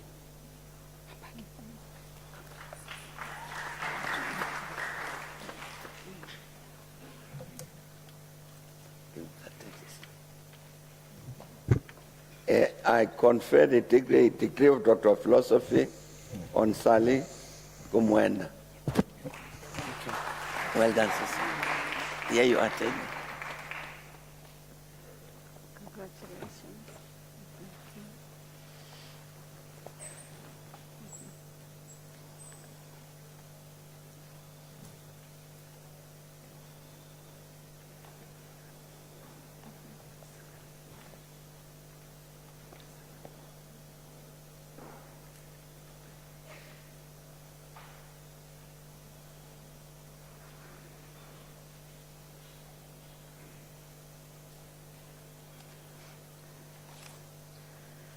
We are going back to number 33. Pardon? Number 33. 33. Yes.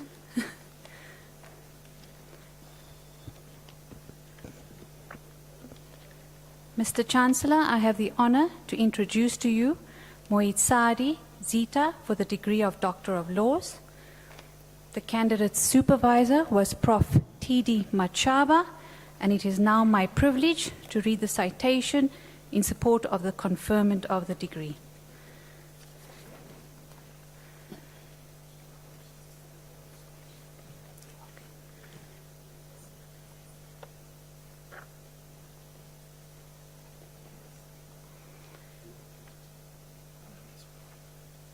Yes. Sorry, Mr. Machaba is here. I will allow him to read this citation. In her thesis, a criminological profiling of sentenced foreign offenders in Gauteng correctional centers, she investigated foreign national involvement in serious crime in South Africa. Data was collected to incarcerated male sentenced offenders at selected correctional centers of Gauteng and analyzed by means of narrative data analysis. The results suggested that many of the participants crossed the border because of mismanagement of our borders, either due to political instability, poor socio-economic condition, and lack of employment opportunities. The findings also demonstrate that the link between crime and immigration is weak, and community perception that foreigners are responsible for violence crime are unjustified. She also makes a significant contribution by demonstrating the need for proper profiling of foreign national offenders, with the purpose of understanding the causes and motives for their criminal behavior.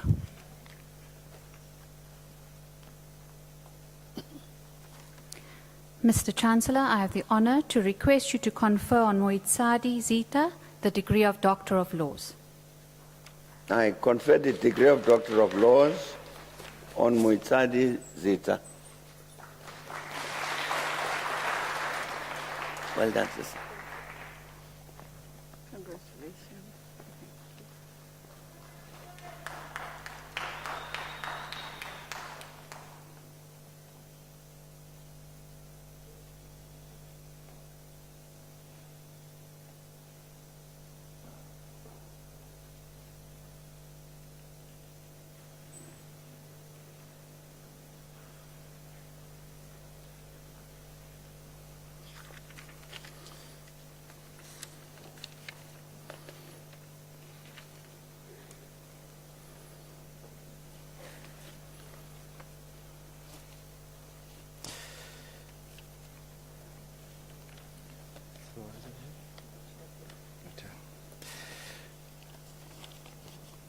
number 55.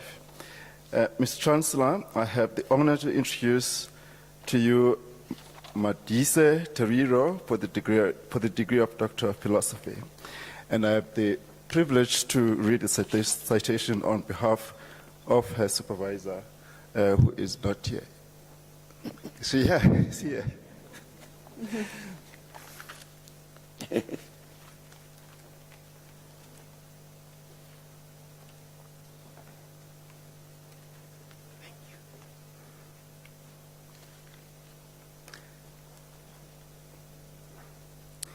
In her thesis entitled Evaluating the Impact of Climate-Smart Livelihood Strategies in Rural and Urban Communities in Botswana, she assessed the impact of strategies developed by rural and urban communities in southern Botswana involved in farming and automobile transport.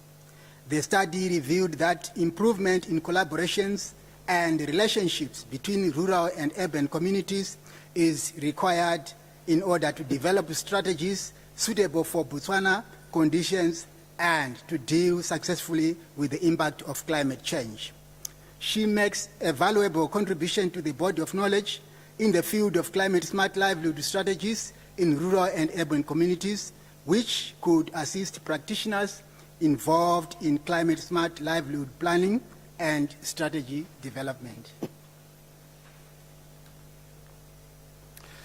Mr. Chancellor, I have the honor to request you to confer on Madise Teriro the degree of Doctor of Philosophy.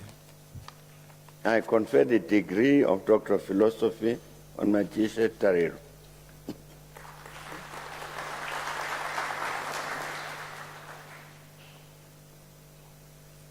Well done.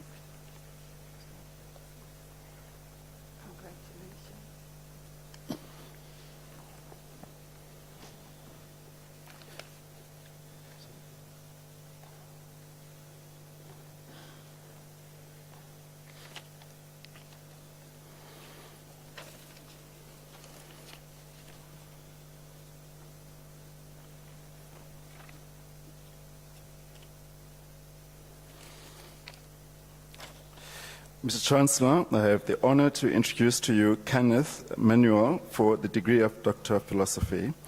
And I have the privilege to read his citation on behalf of Professor Mini, who is not present here, in support of the conferment of the degree. In his thesis entitled Africanization of Rights to City Space and Belonging to Urban Space, the Case of Refugees' Rights to Urban Space of Johannesburg. He assesses the dynamic relationship between refugees and the nation-state within the urban context and explores the lives of African refugees in inner city suburbs. The findings show that the South African government is both the interpreter and implementer of migration and refugee policy. Fear of xenophobic violence or arbitrary arrest for not possessing legal documents are challenges refugees encounter in Johannesburg. Livbear's rights to the city theory helps to understanding the dynamics of tensions of the city. Mr. Vice Chancellor, Mr. Chancellor, I have the honor to request you to confer the degree of Doctor of Philosophy on Kenneth Manuel. I confer the degree of Doctor of Philosophy on Kenneth Manuel. Well done.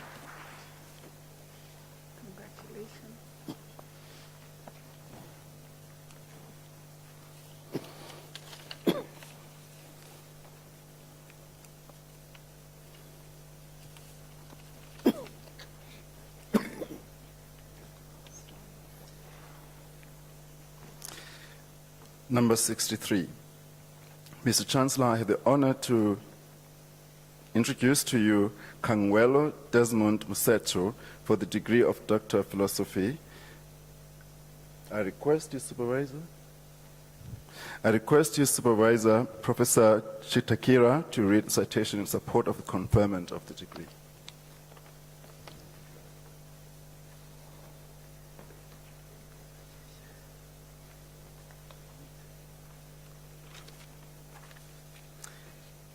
in his thesis entitled Development of a Sustainable Land and Ecosystem Services Decision Support Framework for the Mpapuli Traditional Authority in Limpopo Province, South Africa, he assesses the spatial extent of land use and land cover change and the implications for ecosystem services.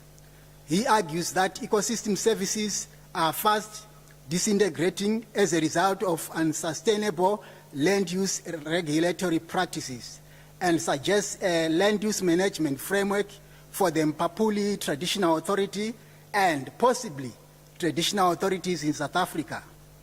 This all-encompassing decision support framework developed for and with the community should provide a novel approach to the sustainable management of landscapes and ecosystem services.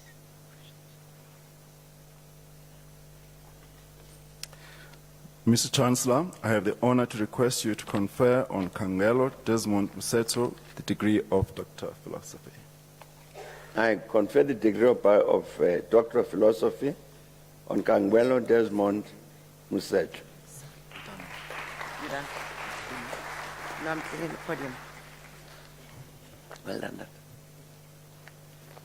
Congratulations.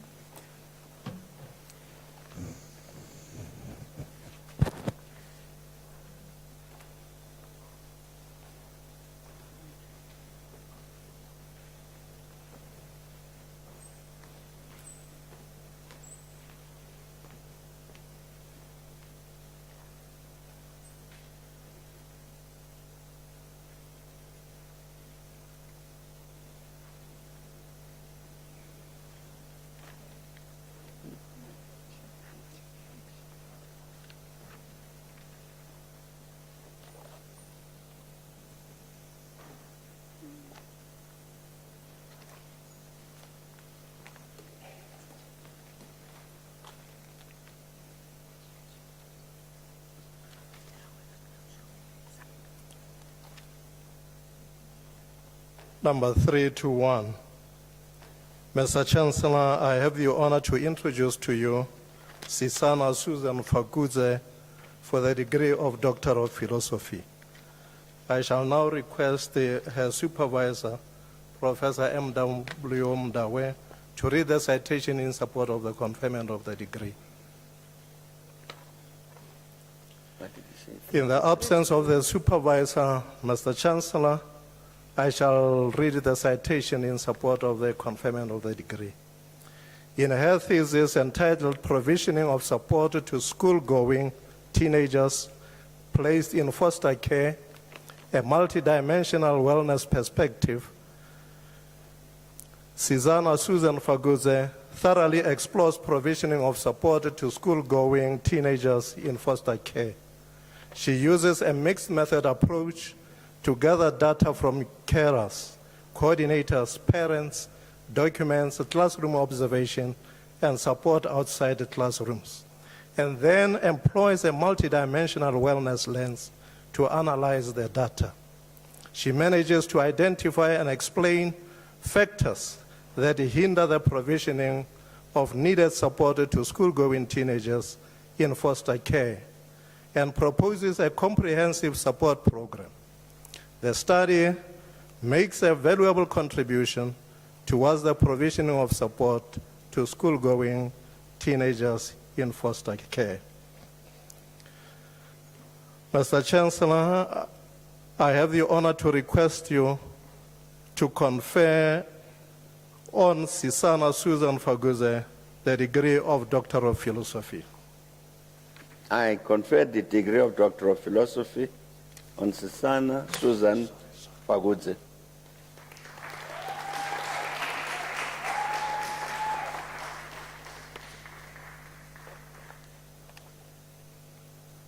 Well done.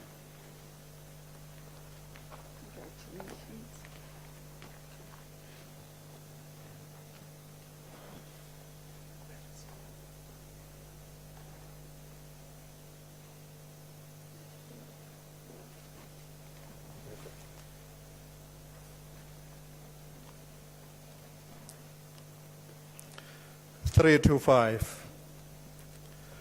Mr. Chancellor, I have the honor to introduce to you Nduduzi Gabriel Gwala for the degree of Doctor of Philosophy. I shall now request his supervisor, Dr. L.L. Tolo, to read the citation in support of the conferment of the degree.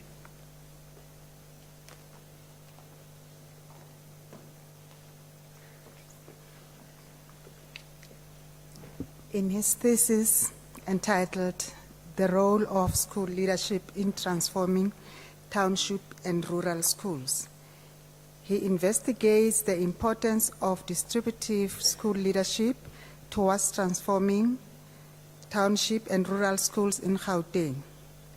His findings indicate that full involvement and commitment of the entire school leadership team can overcome challenges like lack of resources and shortage of governmental support faced by township and rural schools. He concludes that school leadership teams should establish trust in working together, considering knowledge, skills, expertise when setting up roles for each team member.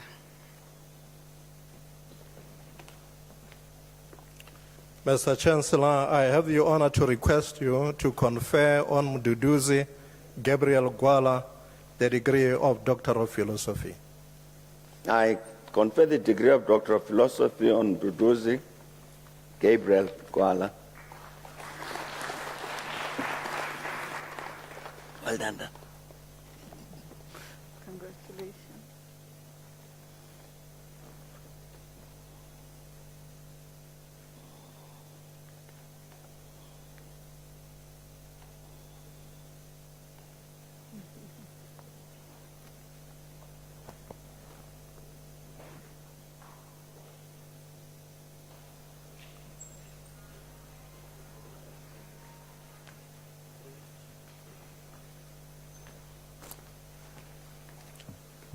Number 341.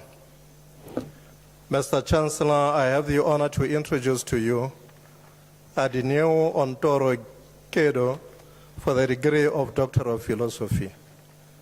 I shall request his supervisor, Professor S.P. Mukwena, to read the citation in support of the conferment of the degree.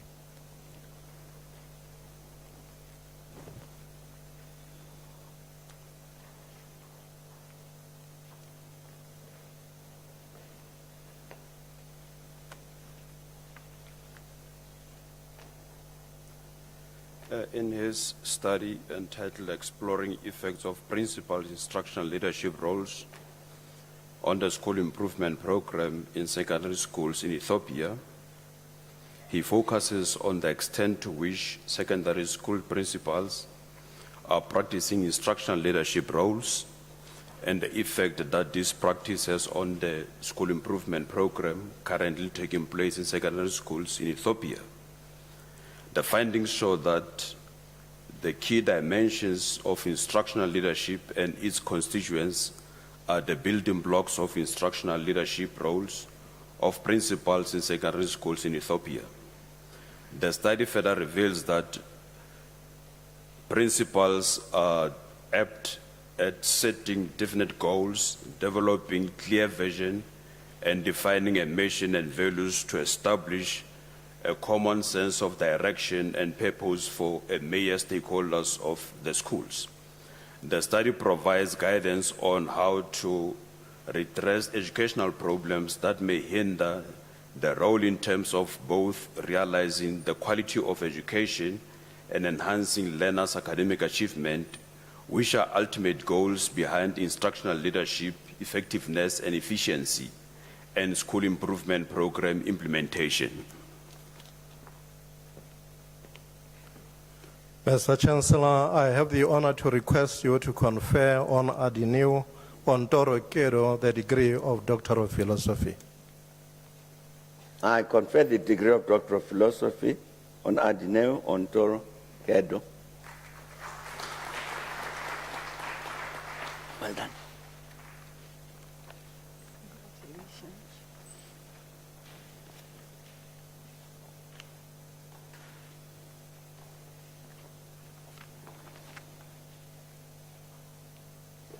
348. Mr. Chancellor, I have the honor to introduce to you Mapula Rebecca Mabusela for the degree of Doctor of Philosophy. I shall now request her supervisor, Professor P.R. Machaisa, to read the citation in support of the conferment of the degree.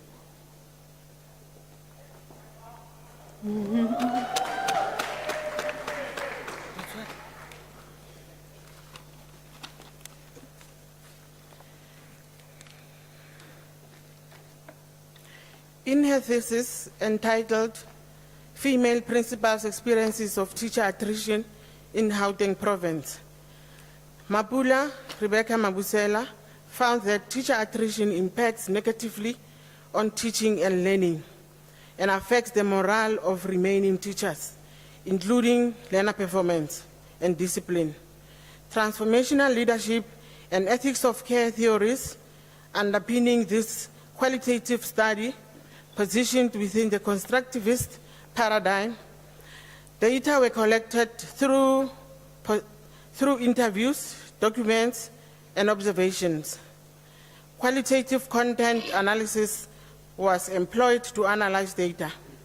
The female principals employed various strategies to address teacher attrition and, importantly, to ensure teacher retention. The study recommended that female principals be empowered to enable them to cope with their role of managing teacher attrition. Mr. Chancellor, I have the honor to request you to confer on Mapula Rebecca Mabusela the degree of Doctor of Philosophy. I confer the degree of Doctor of Philosophy on Mapula Rebecca Mabusela.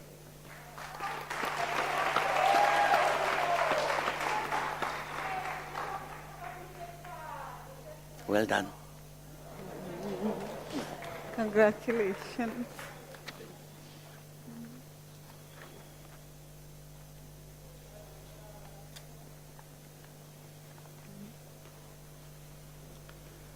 (352).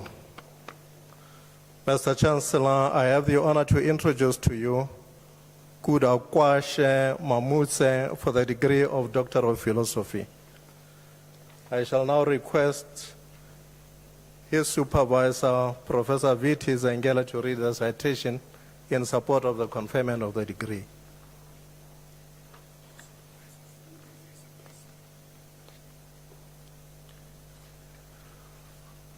Mr. Chancellor, just a correction. The supervisor should be Professor Dirk Postma. In the absence of the supervisor, I shall now read the citation in support of the conferment of the degree. In his thesis entitled Becoming Democratic in the Life Sciences, Reframing Life Sciences Teaching and Learning Through Posthumanism, Kudakwashe Mamutse develops a critical posthumanist and democratic theory for teaching life sciences in South Africa by responding to the devastating effects of Anthropocene due to the dominance of human exceptionalism.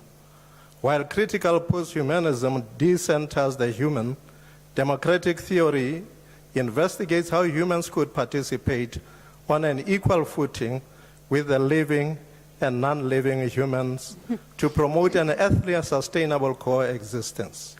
The thesis investigates the implications of the theory for teaching life sciences. Mr. Chancellor, I have the honor to request you to confer on Kudakwashe Mamutse the degree of Doctor of Philosophy. I confer the degree of Doctor of Philosophy on Kudakwashe Mamutse.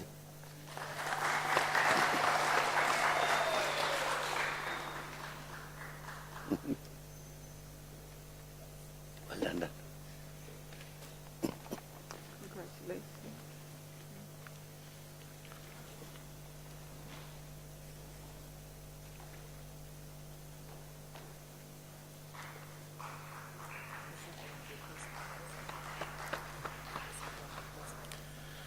Number 356. Mr. Chancellor, I have the honor to introduce to you Dora Mireku for the degree of Doctor of Philosophy. I shall now request Supervisor Dr. T.S. Mukwanazi to read the citation in support of the conferment of the degree. The co-supervisor shall stand on her behalf, Mr. Chancellor. Thank you. What did you say? 385. 356. The advancement and fortune of 356. my apology. The advancement and fortune of a country depends on the quality of mathematics education pursued in its school system. Why do females particularly shy away from studying mathematics, although it is impossible to escape it?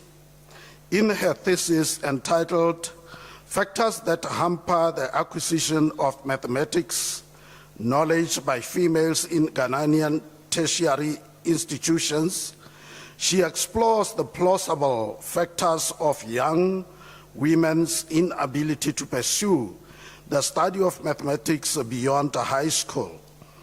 Her study hypothesizes the existence of a significant gender gap in mathematics participation that favors males, which widens as females progress academically.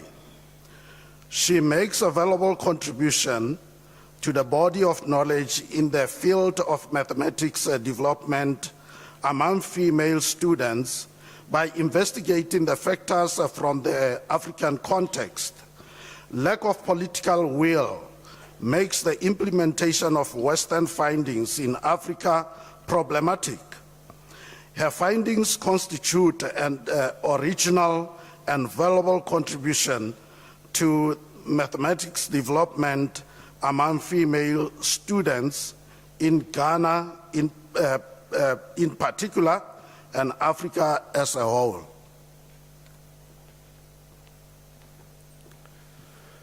Mr. Chancellor, I have the honor to request you to confer on Dora Mireku the degree of Doctor of Philosophy. I confer the degree of Doctor of Philosophy on Dora Mireku. Well done. Congratulations.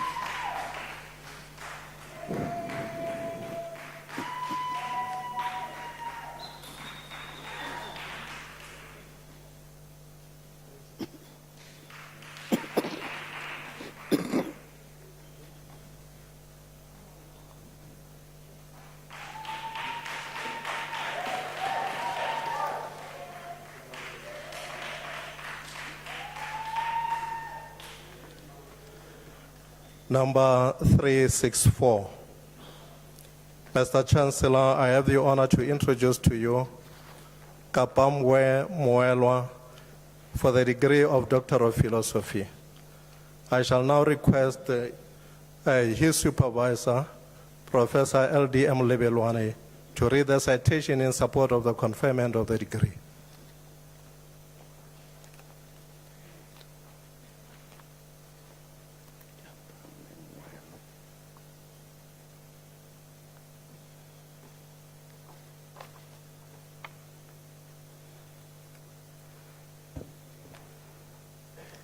In his thesis entitled Exploring Social Science Degree Programs Effectiveness on Skills Development and Graduate Employability in Zambia, he uses mixed method research design to examine how programs promote skills development and graduate employability. Structured questionnaires and interviews were used to gather data from university students, lecturers, and other employees, as well as relevant documents. And the findings show that most social science degree graduates in Zambia are not work ready, but they need a mixture of employability skills and graduate identity to be employable. He recommends that government policies must facilitate the partnership of universities and private companies to embrace an interdisciplinary approach and broaden the employability changes of social science graduates in Zambia. In addition, Mr. Kamwemba suggests that a framework is needed to make social science graduates relevant and employable in Zambia. Thank you. Mr. Chancellor, I have the honor to request you to confer on Kapwamwe Mwelwa the degree of Doctor of Philosophy. I confer the degree of Doctor of Philosophy on Kapwamwe Mwelwa.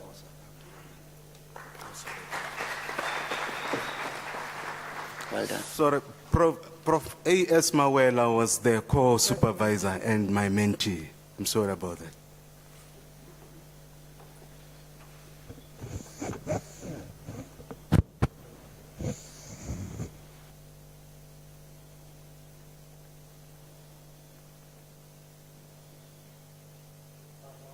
Three-six-eight. Mr. Chancellor, I have the honor to introduce to you Moses Tafumanei Mukabeta for the degree of Doctor of Philosophy. I shall now request his supervisor, Professor Michael van Wyk, to read the citation in support of the conferment of the degree.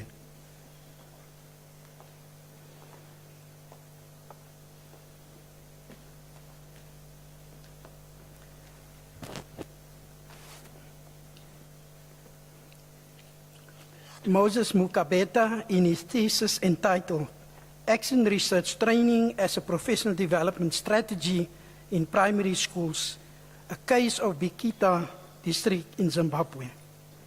He empirically demonstrates that using action research as a professional development strategy to empower teachers to better understand and appreciate the dynamics in their classroom.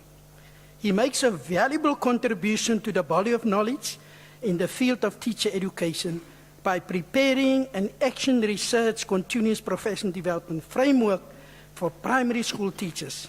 The proposed framework could be used for future professional development initiatives.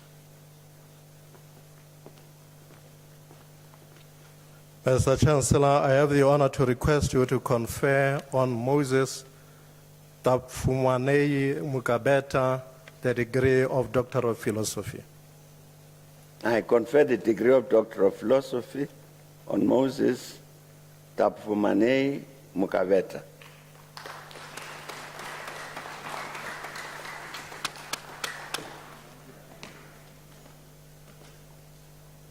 Well done. Congratulations.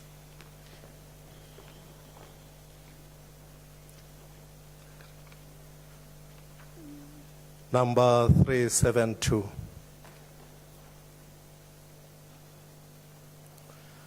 Mr. Chancellor, I have the honor to introduce to you Aaron Philip Ngabinde for the degree of Doctor of Philosophy. In the absence of his supervisor, I shall now read the citation in support of the conferment of the degree. In his thesis entitled Exploring the Pedagogical Content Knowledge of Economic and Management Sciences Educators in Teaching Financial Literacy in Secondary Schools of Ekurhuleni North District, Aaron Philip Ngabinde explores the pedagogical content knowledge of economic and management sciences educators in teaching financial literacy in grades 8 and 9. His findings reveal that educators are not knowledgeable about various types of knowledge dimensions and the applicable framework to teach them. In addition, he finds some limitations in assessment practices and teaching methods that are used in teaching the subject discipline. This study makes a valuable contribution towards the improvement of teaching and learning in financial literacy. Mr. Chancellor, I have the honor to request you to confer on Aaron Philip Ngabinde the degree of Doctor of Philosophy. I confer the degree of Doctor of Philosophy on Aaron Philip Gabinde.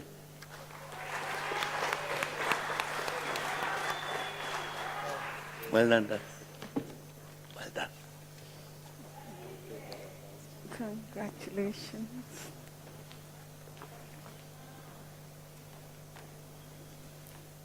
Number 376.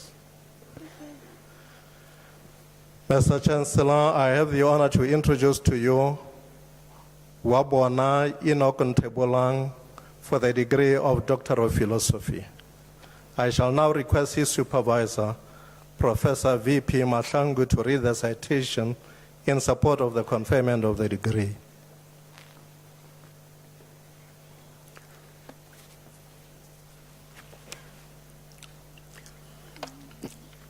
In his thesis entitled The Management of Evidence-Based Knowledge as a Pillar of the 2009-2022 Botswana National Human Resource Development Strategy, he explores the technical capacity of committee members of the Human Resource Development Council in managing evidence-based policy making in the implementation of national and sector-specific human resource development plans.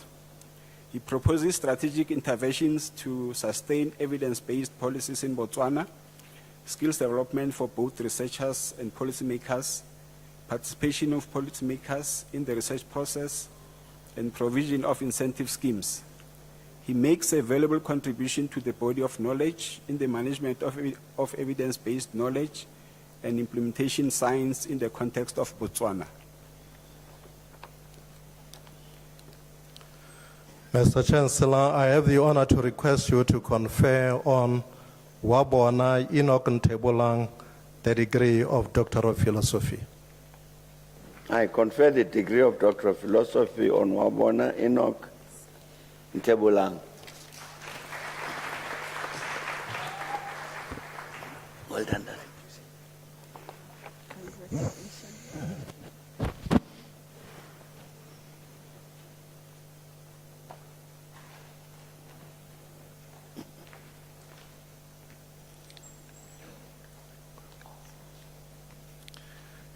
Number 392.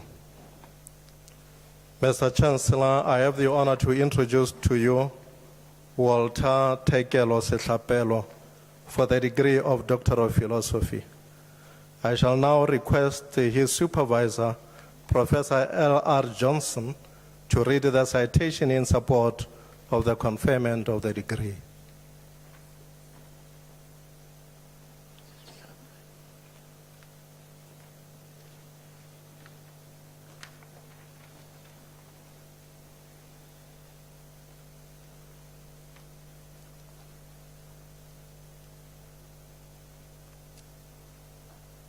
In his thesis entitled Teachers' Perceptions of the Effects of School Self-Evaluation on Quality Teaching and Learning in Mankweng, Limpopo Province, Walter Setlapelo thoroughly investigates the perceptions of teachers towards school self-evaluation and its effect on quality teaching and learning.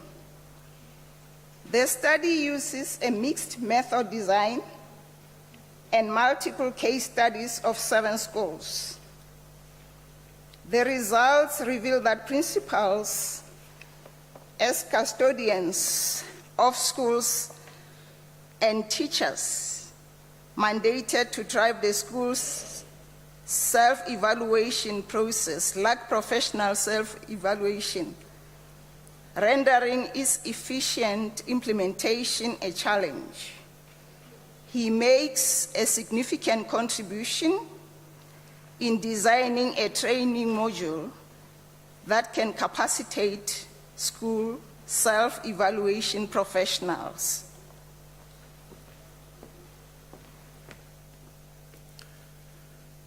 Mr. Chancellor, I have the honor to request you to confer on Walter Tekelo Setlapelo the degree of Doctor of Philosophy. I confer the degree of Doctor of Philosophy on Walter Tekelo Setlapelo. Well done, Dad. Congratulations.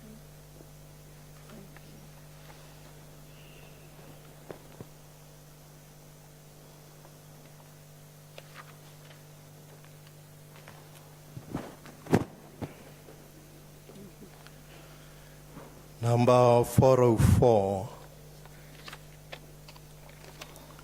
Mr. Chancellor, I have the honor to introduce to you Elmon Jabulane Shongwe for the degree of Doctor of Philosophy.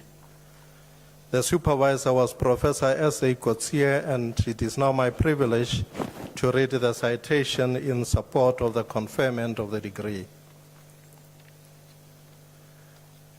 In his thesis entitled Managing Minimum Standards for Realizing the Right to Education of Children with Disabilities in Primary Schools in the Kingdom of Eswatini, Elmon Jabulane Shongwe analyzes how selected primary schools in the Kingdom of Eswatini comply with the minimum standards of the SAFE, that is, a Solution, Access, Value, and Education Framework for the realization of the right to education of learners with disabilities.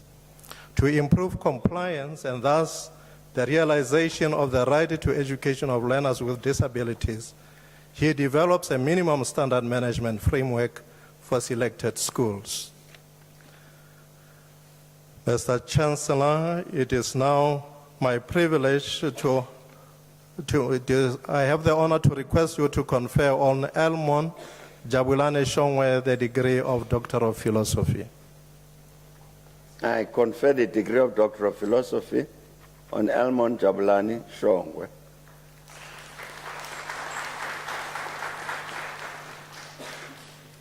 Well done, Dad. Congratulations.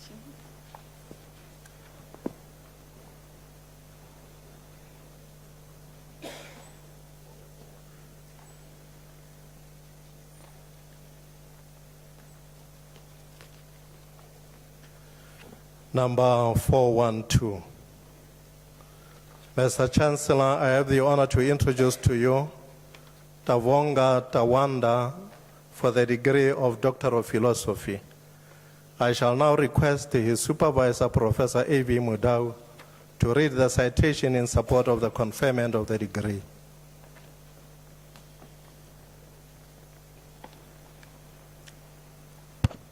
This thesis entitled The Influence of Indigenous Knowledge on Chemistry Metacognition, a focus on pre-service science teachers in Zimbabwe.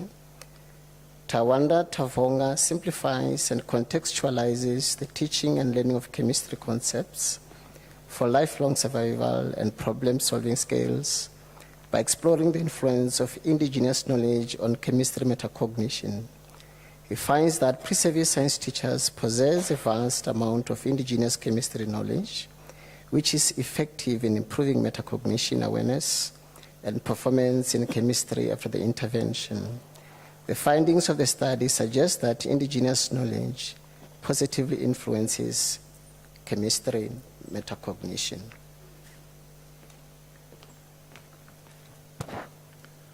Mr. Chancellor, I have the honor to request you to confer on Tavonga Tawanda the degree of Doctor of Philosophy. I confer the degree of Doctor of Philosophy on Tavonga Tawanda.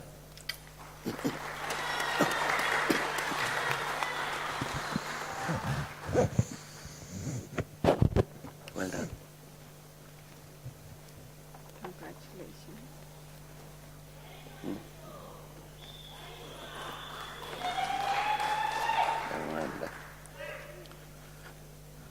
Mr. Chancellor, we are going to use the same number 412 for the next candidate who does not appear on the schedule.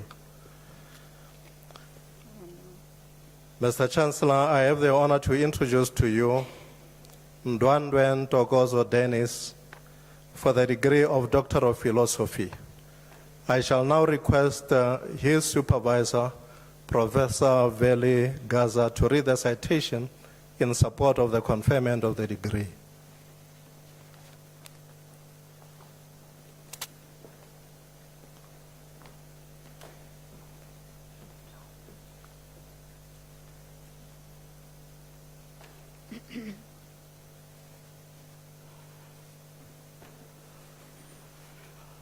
In his thesis entitled An Evaluation of Peace Education Program Designed to Combat School Violence in Selected Western Cape Schools, he evaluates an existing peace education program that was designed to alleviate school violence in selected secondary schools.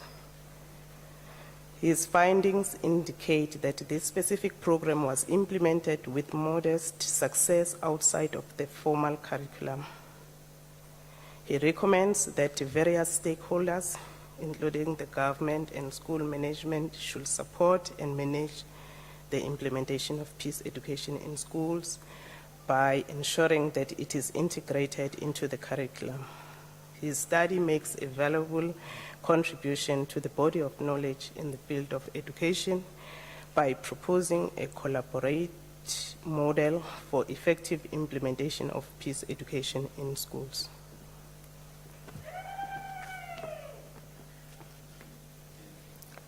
Mr. Chancellor, I have the honor to request you to confer on Ndwandwe Tokozo Dennis the degree of Doctor of Philosophy.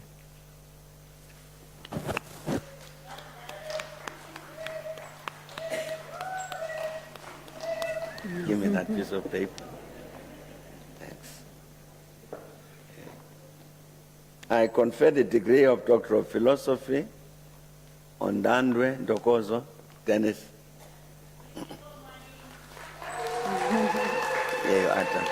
Well done. Congratulations.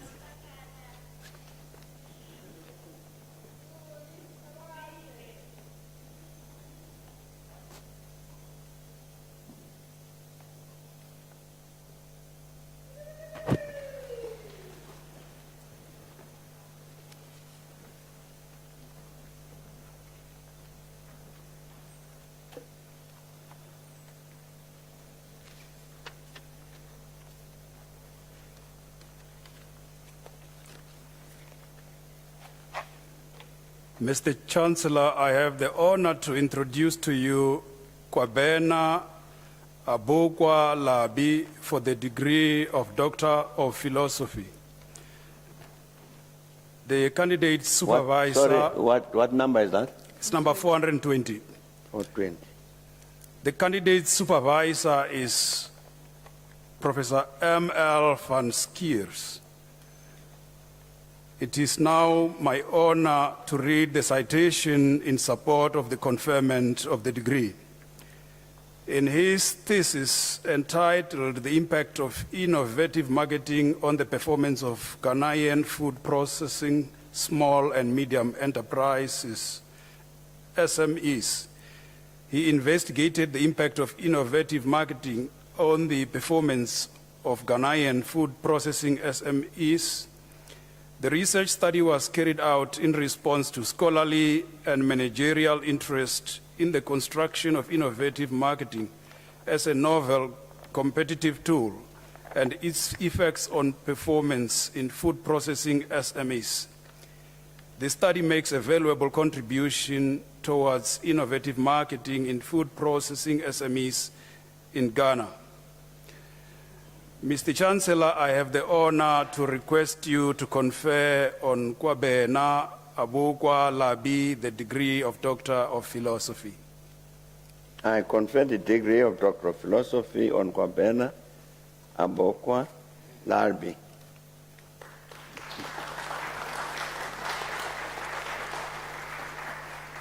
Well done. Congratulations.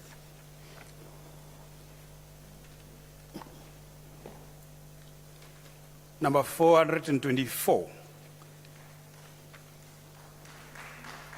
Mr. Chancellor, I have the honor to introduce to you John Mark Acadecomit for the degree of Doctor of Philosophy.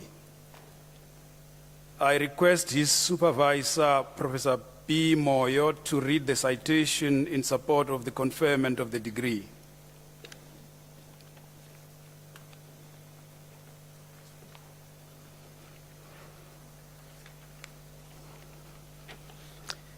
In his thesis entitled Measuring Bank Efficiency in Ghana, a joint application of parametric and non-parametric techniques. Akande Kumtim examines the levels of technical cost and scale efficiency, as well as the determinants of efficiency using data envelope analysis and stochastic frontal models.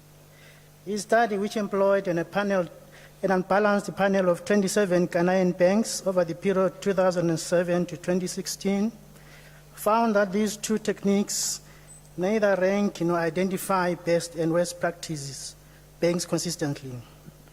Efficiency appears to be influenced inter alia by bank regulations, competition, bank-specific characteristics, and macroeconomic factors. Therefore, regulatory authorities need to strike a delicate balance between bank stability and contestability. I thank you.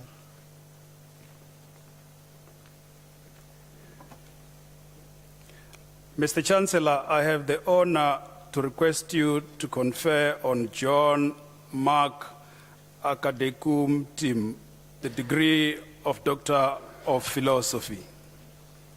I confer the degree of Doctor of Philosophy on John Mark Akadekum Tim. I hope that was all right. I got it. Congratulations.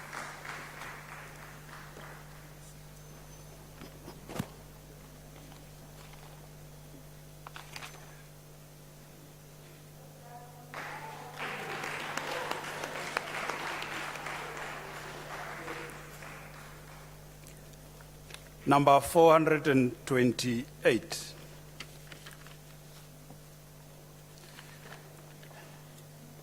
Mr. Chancellor, I have the honor to introduce to you Polandire Matthew Akinbinu for the degree of Doctor of Philosophy. The candidate supervisor is Professor Chiluane. I shall request Professor Chiluane to read the citation in support of the conferment of the degree.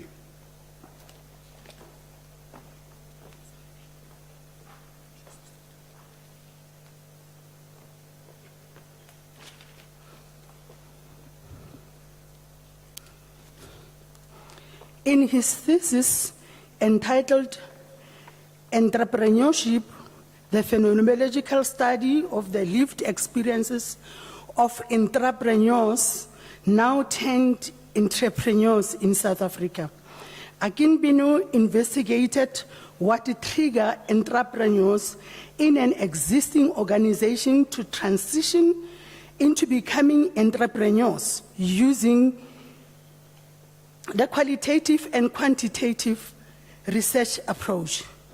In the outcome of his study, Akinbinu developed a framework that engendered transition that ultimately supported the growing of entrepreneurship in South Africa, which a contribution to the study of knowledge entrepreneurship domain was adhered.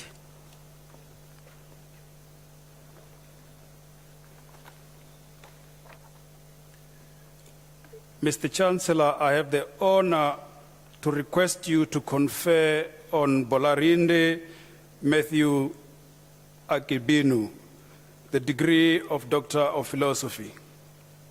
I confer the degree of Doctor of Philosophy on Bolarinde Matthew Akinbinu. Well done. Congratulations.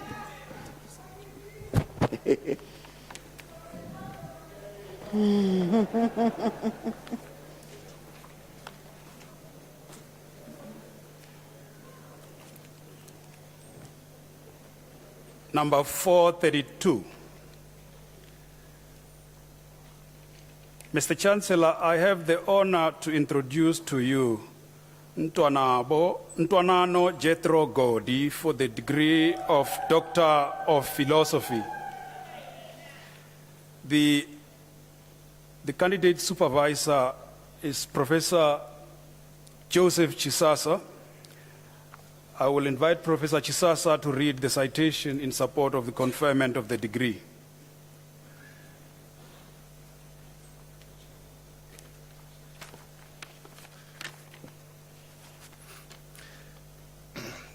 In his thesis entitled Risk Analysis Framework for Investors in Emerging Markets, a South African Perspective, he thoroughly investigates the risks facing potential offshore investors in emerging markets. The research resulted in the development of a risk analysis framework which investors can use to proactively identify and assess the risk exposures and factors relevant to emerging markets. The framework was empirically tested to confirm its validity as well as its current practical applicability.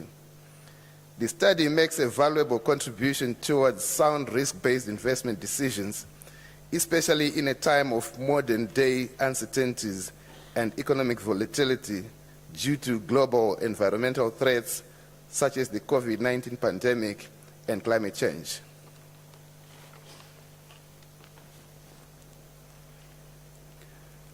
Mr. Chancellor, I have the honor to request you to confer on Ntwanano Jethro Godi the degree of Doctor of Philosophy.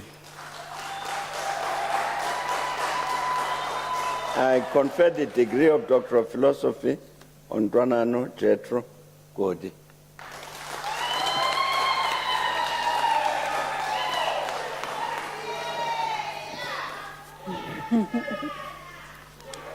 Well done. Congratulations.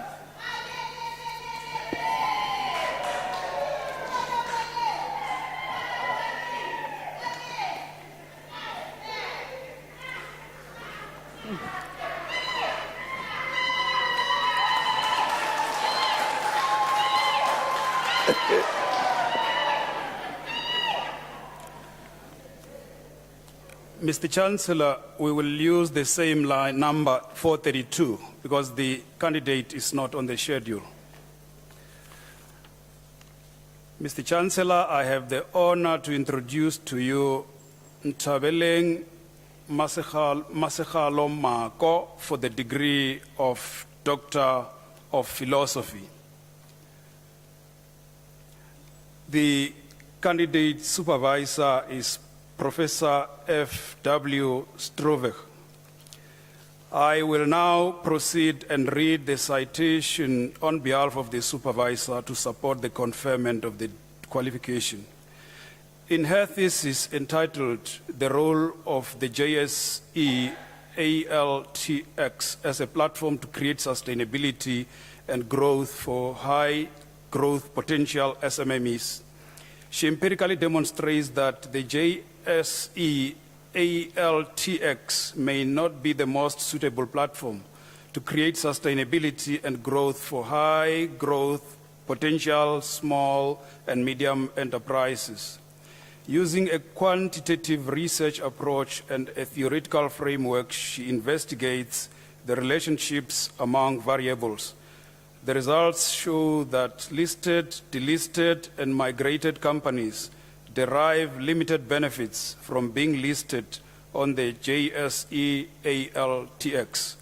The study provides an evaluative starting point for the JSE ALTX to measure its success or failure and to inform decision makers of initiatives that may be beneficial for high growth potential SMEs. Mr. Chancellor, I have the honor to request you to confer on Ntabeleng Masegalo Mako the degree of Doctor of Philosophy. Thank you.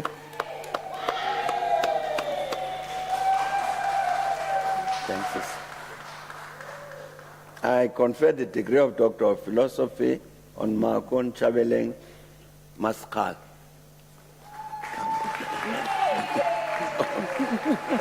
Well done. Here you are. Congratulations.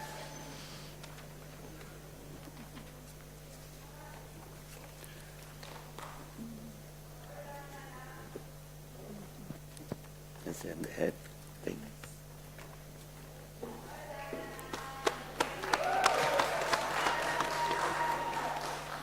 Mr. Chancellor, we will use the same number 432 because the candidate I'm about to introduce to you is not on the schedule. Mr. Chancellor, I have the honor to introduce to you Mpofu Leo Mandlenkos for the degree of Doctor of Philosophy. I do not have the citation with me for the candidate. I therefore request you, Mr. Chancellor, to confer on Mpofu Leo Mandlenkos the degree of Doctor of Philosophy.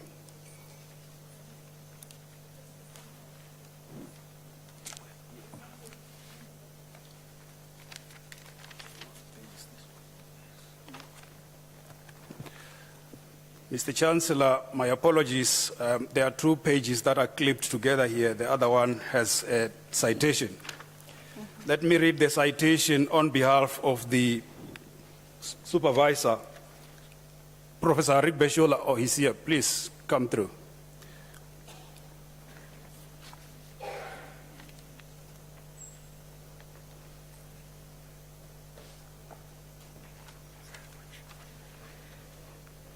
In his thesis entitled The Intricacies of Outward Foreign Direct Investment Strategies of South African Originated Agribusiness Multinational Corporations in Sub-Saharan Africa, he explores the linkage between the endogenous characteristics of host countries and the endogenous industry attributes in the outward foreign direct investment of South African originated agro-processing multinational corporations into other African countries. Using advanced econometrics estimations, it emerges that the internationalization of firms is strongly influenced by the capital structure, while the attractiveness of offshore markets are strongly driven by institutional adequacy and aggressive policy initiatives. The study suggests the implementing a robust internal learning process for internationalizing firms and a rapid processing policy in the host countries. Mr. Chancellor, I have the honor to request you to confer on Mpofu Leo Mandlenkos the degree of Doctor of Philosophy.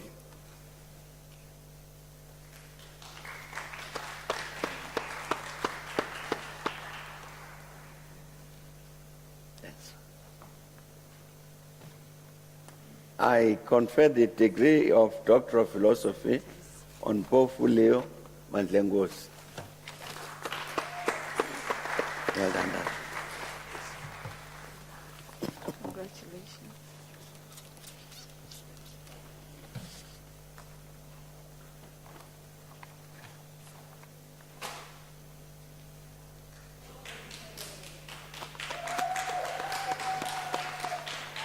Number 436. Mr. Chancellor, I have the honor to introduce to you Cosmas Njanike for the degree of Doctor of Philosophy. The candidate supervisor is Professor R.T. Mpofu. I shall now proceed and read the citation on behalf of the supervisor for the conferment of the qualification. In his thesis entitled The Determinants of Financial Inclusion in Selected African Countries, he investigates the determinants of financial inclusion in selected African countries. The researcher has found the strong positive association between social inclusion and financial inclusion, and that financial inclusion is the key to eradicating poverty and social exclusion. He applies probit regression models to estimate the impact of factors using FinScope survey data, and finds that age, education, marital status, bank branch accessibility, location, internet, salary, income, proof of residence, social networks, financial advice, and connectivity have a significant influence on financial inclusion. Mr. Chancellor, I have the honor to request you to confer on Cosmas Njanike the degree of Doctor of Philosophy. I confer the degree of Doctor of Philosophy on Cosmas Njanike.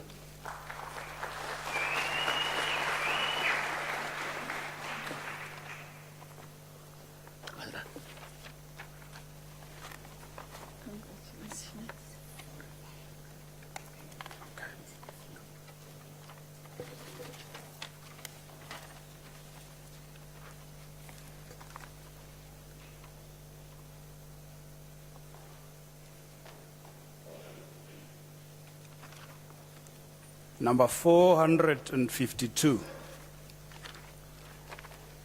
Mr. Chancellor, I have the honor to introduce to you Maren Ingrid Voorwerk for the degree of Doctor of Philosophy. I request her supervisor, Professor A. Davis, to read the citation in support of the conferment of the degree.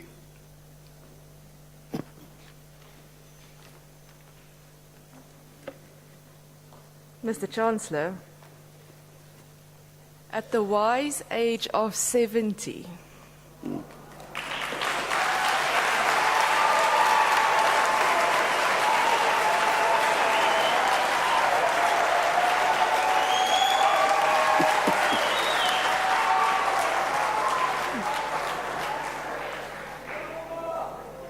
in her thesis entitled Survival Strategies of Non-Profitable Organizations in South Africa, a qualitative multi-case study, she explores the practices of long-standing non-profit organizations to identify the strategies that contribute to long-term survival. Research findings indicate and confirm the need for resilience to survive over the long term and confirm that leaders drive resilience through governance and by maintaining services that are fit for purpose for the societies they serve. The researcher, Ingrid, identifies the ability to adapt as well as strategic practices within drivers of value as important practices and positions her findings within the organizational life cycle.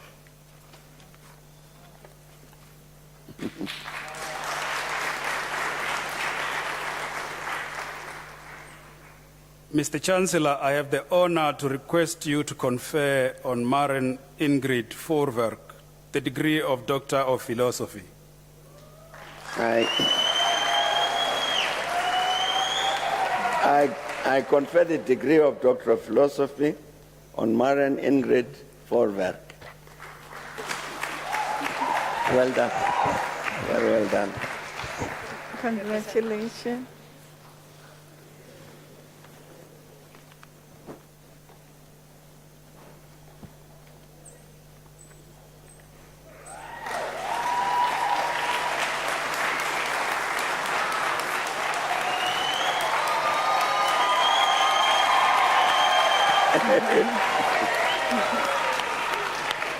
And that's on her hand.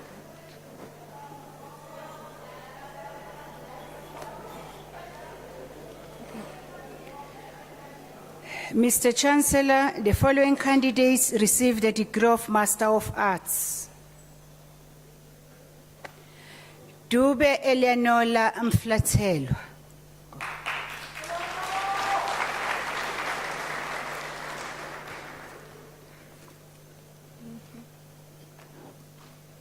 Well done. Matuba Clara Ngoa. Ngakwana.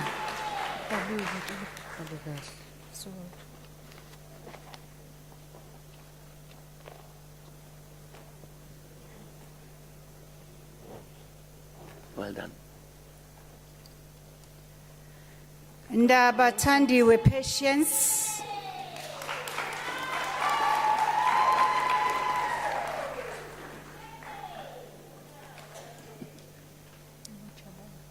Well done. Congratulations.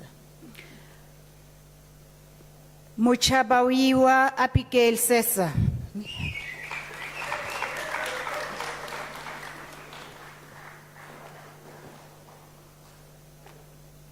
Well done. Congratulations. Mokalake Maria Mamolifi.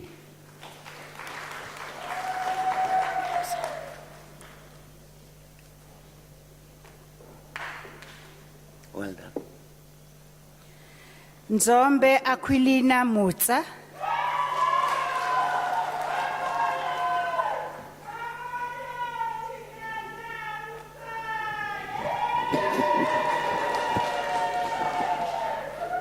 Well done.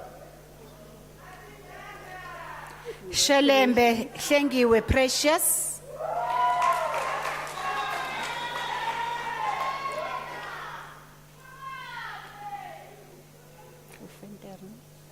Well done. Congratulations. Winter Wilbur.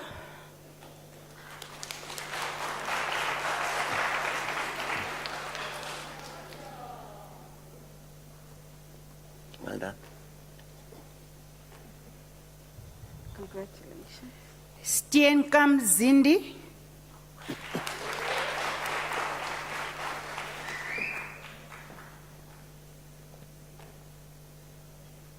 Well done. Congratulations. Makwase Mamakalok. Something like that.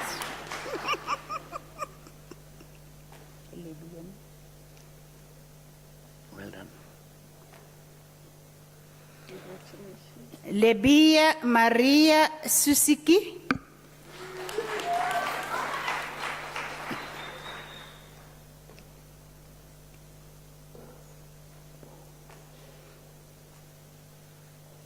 Well done.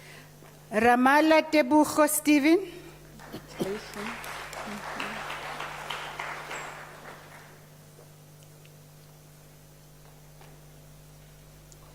Well done. Congratulations. Phakathi Lungelwa Antoinette.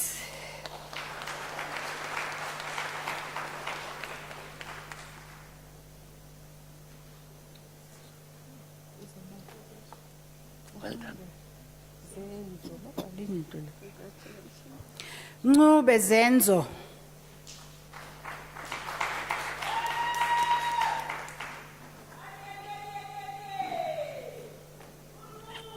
Well done. Van der Broek Lisette.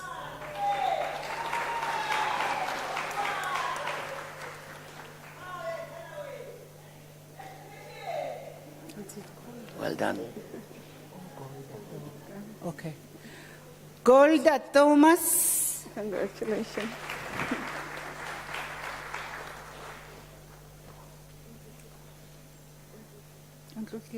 Well done.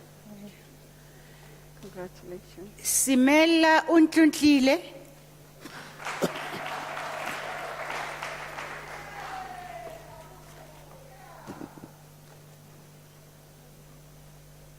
Well done. Sorry.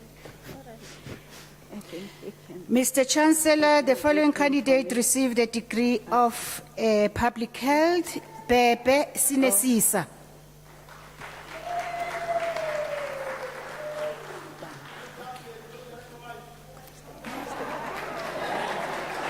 Well done. Thank you. I think you can. They'll do it. Thank you. Thank you.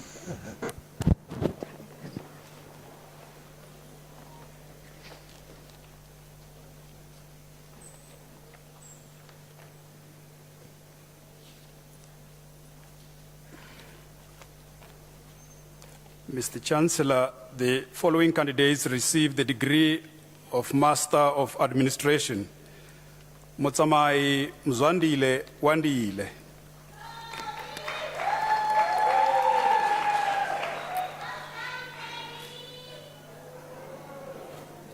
Well done, Dad. Well done. Kutu Sandisiwe.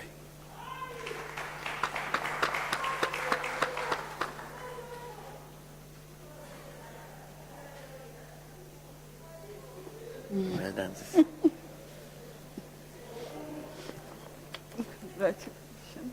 Mr. Chancellor, the following candidates received the degree of Master of Commerce. Tlope Sanelisiwe Emerentia.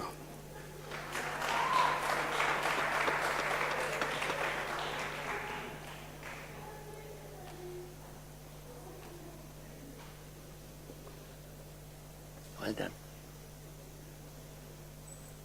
Mahomo Noma Tariro.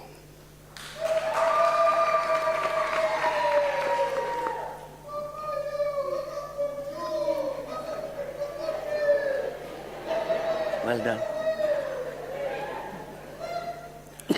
Matlakala Harriet Nancy.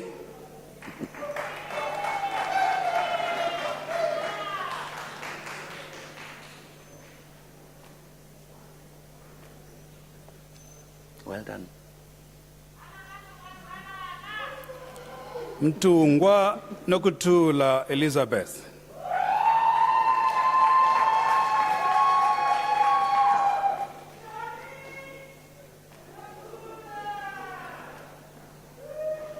Well done, sis. Moloi Bridget Mapeto.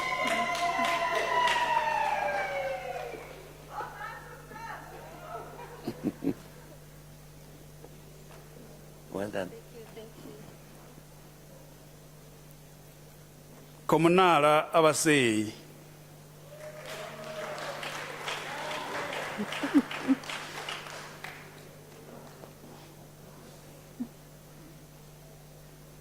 Well done. Noguera Miguel.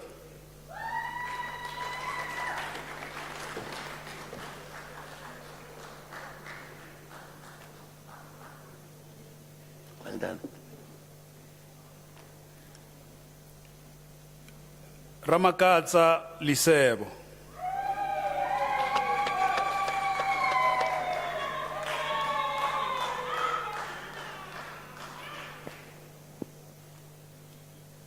Well done. Saudi Tibour.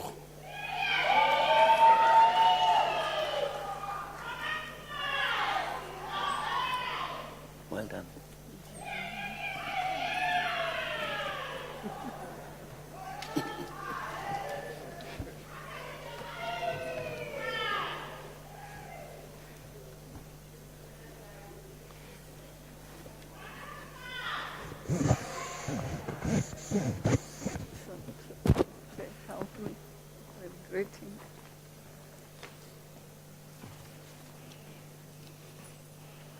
Mr. Chancellor, the following candidates received the degree of Master of Business Administration.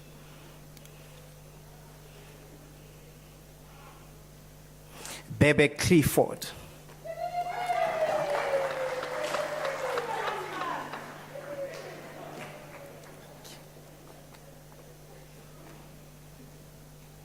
Well done.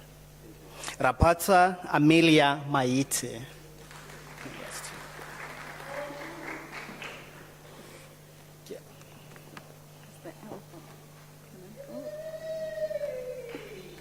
Well done, sis.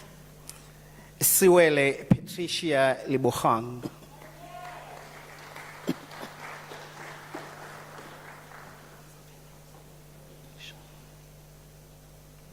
Well done. Lintoa Cinderena Matsaong.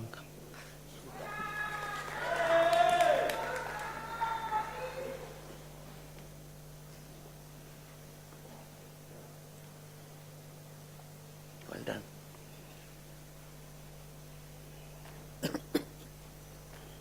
Mr. Vice Chancellor, Mr. Chancellor, I beg your pardon. The following candidates received the degree of Master of Business Leadership.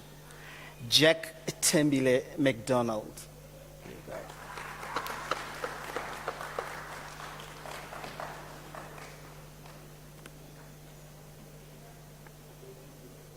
Well done. Ahmed Mohammed Vikar.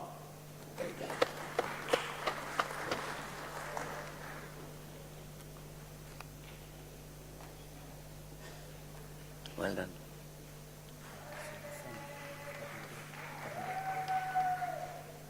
Muabi Elaine Robert Kabingele.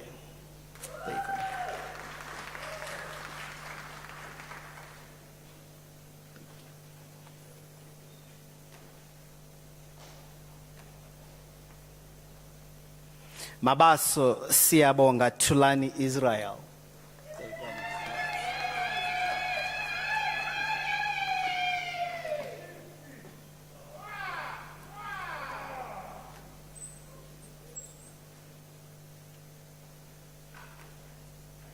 Ndo Zwanga Sandra.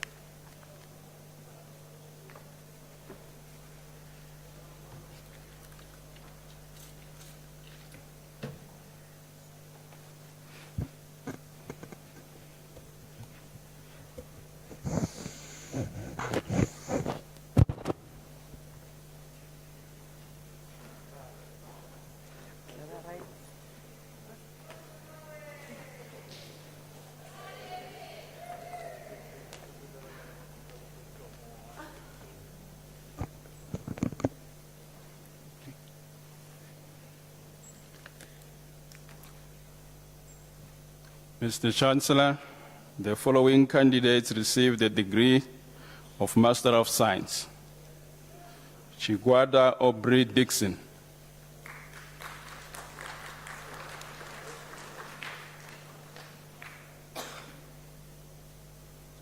Chitema Nyelisane Patricia.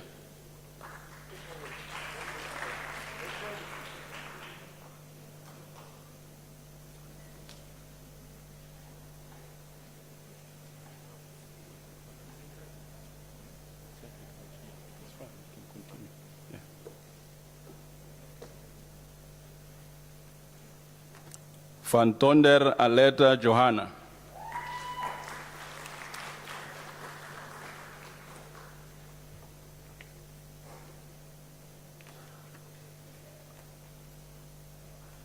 Skuman Juan Christian.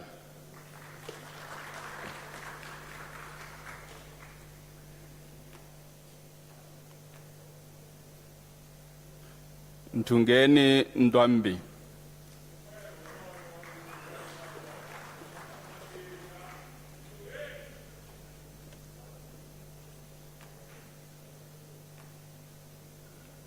Mlambo Margaret.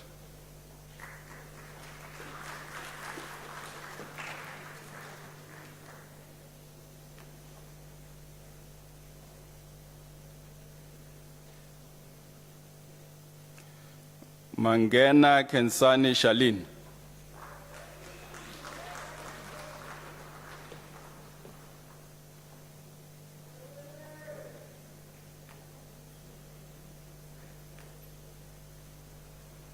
Ramaru Chifumola Justice.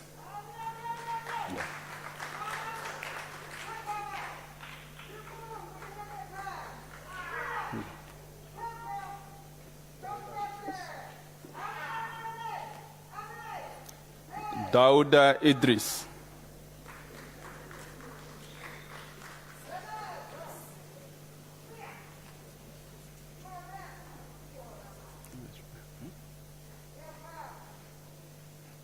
Mr. Chancellor, the following candidates received the degree of Master of Science.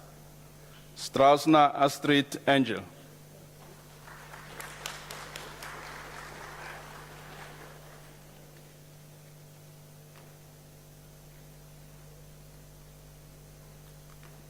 Dlamini Fansa Philemon.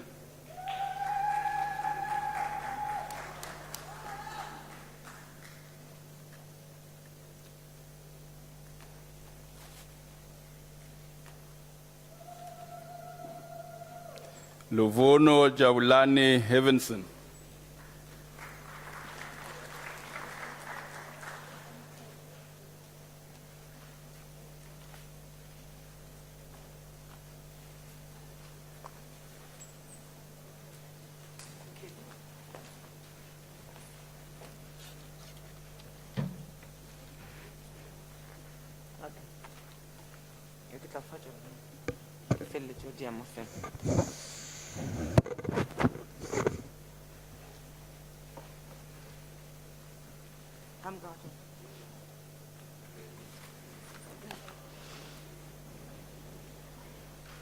We've got to wait until it ends.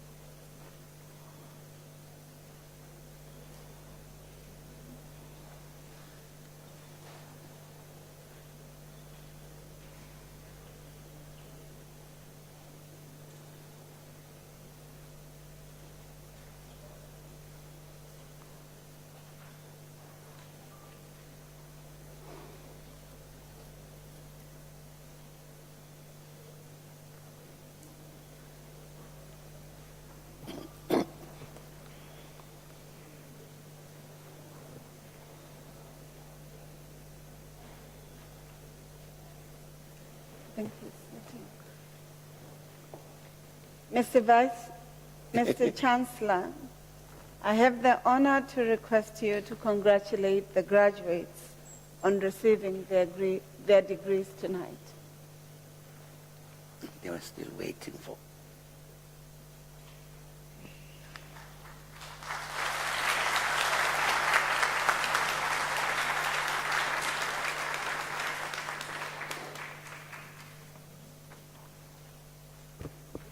And Vice Chancellor, I took a decision just now that next week I'm going to join the university as a student.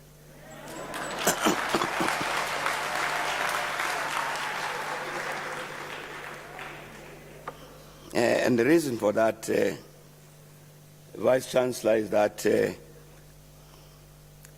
I also want to get a doctorate when I turn 70.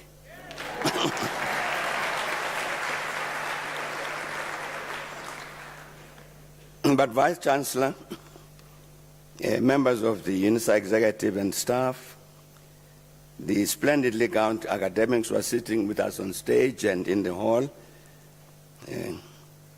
who are here to support our graduates this evening, families, guardians, friends of our graduates tonight, and most important, the Unisa graduates. Graduation ceremonies are a matter of great pride for the graduates, their families, friends, guardians, and of course for the university.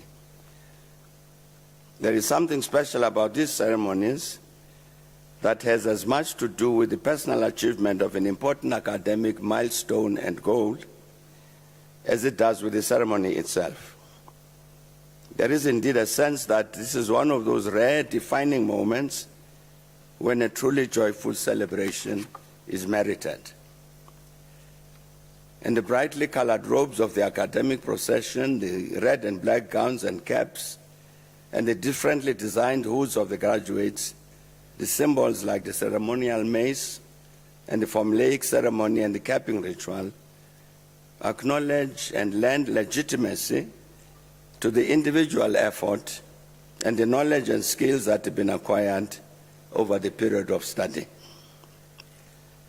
I'm indeed honored to stand here as we're about to conclude this important celebration of the achievements of the graduates before us, to congratulate you all on your well-earned and surely your hard-won qualifications. I also take this opportunity to congratulate this magnificent university that is Unisa for its sustained efforts to continue to produce the high-caliber graduates who are with us this evening. Albert Einstein once said that the process of scientific discovery is, in effect, a continual flight from wonder. Thus, through the knowledge you have acquired, you have joined that empowering flight from Rwanda and further reduced the perimeters of the unknown by the new which some of our distinguished graduates have added to the totality of human knowledge. Thus, does society as a whole join us here today to celebrate your success, since that achievement means that humanity has gained new capacities to help bring about progress and transformation for the greater good of all humanity.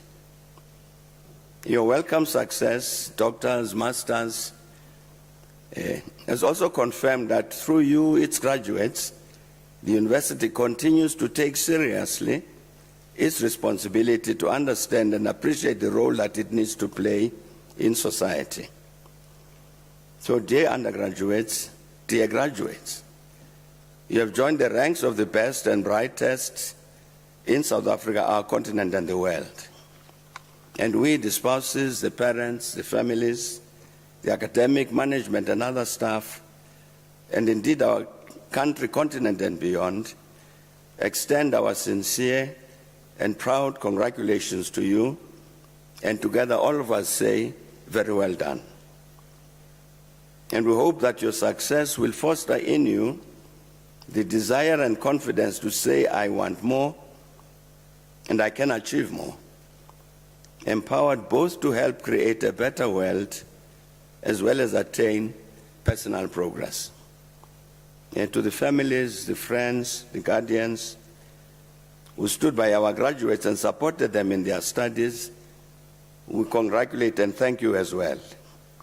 Your support has contributed in a very tangible way to the valuable academic achievements we have gathered tonight to recognize and celebrate. Thank you very much indeed for that. And ladies and gentlemen, thank you very much for your attention.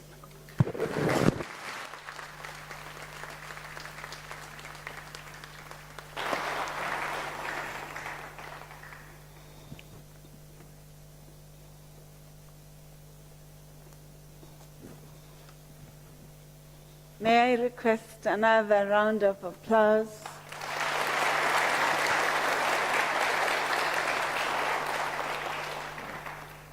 Thank you, Chancellor, for the congratulatory message and for encouraging our graduates to look for all the horizons that will enable them to understanding that the sky is no longer the limit, but a frontier of tourism and research, and therefore they can do anything to support society. Thank you.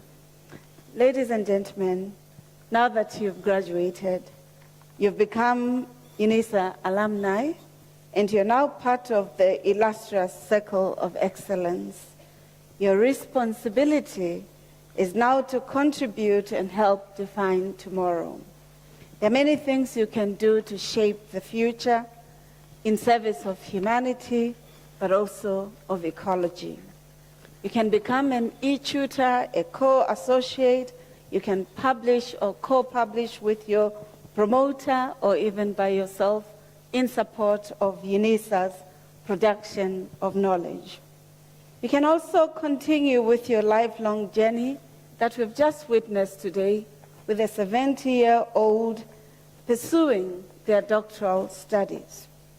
You can donate to the university with your SEFA, Yons, Naira, Maluti, Elangeni, and all the other global currencies, euros, yons, and dollars. You can therefore do so by going to www.unisa.ac.za, and you can go to the donate button, particularly for those who are using digital platforms for transfer of money. We can start feeling ding just now. We encourage you as a worthy graduate of Unisa that you'll value your degree, that you'll respect it, that you'll ensure that in your life you conduct yourself in ways that are worthy of the alumni of this august university and become part of a circle of its excellence and success. Ladies and gentlemen, I would like you to rise for the singing of the national anthem, the words of which are in page 20 of the program. And again, may I request you to remain standing after the anthem has been sung to enable the Chancellor to dissolve the congregation tonight. May I also request you to remain standing whilst the academic procession leaves the hall.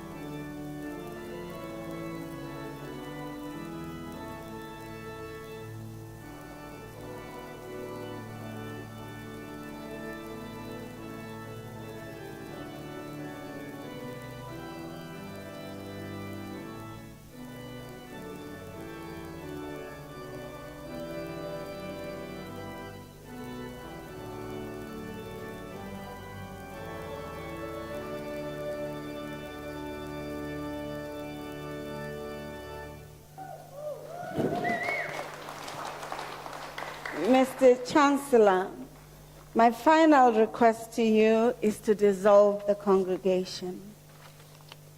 By virtue of the powers entrusted to me, I dissolve the congregation of this congregation of the University of South Africa.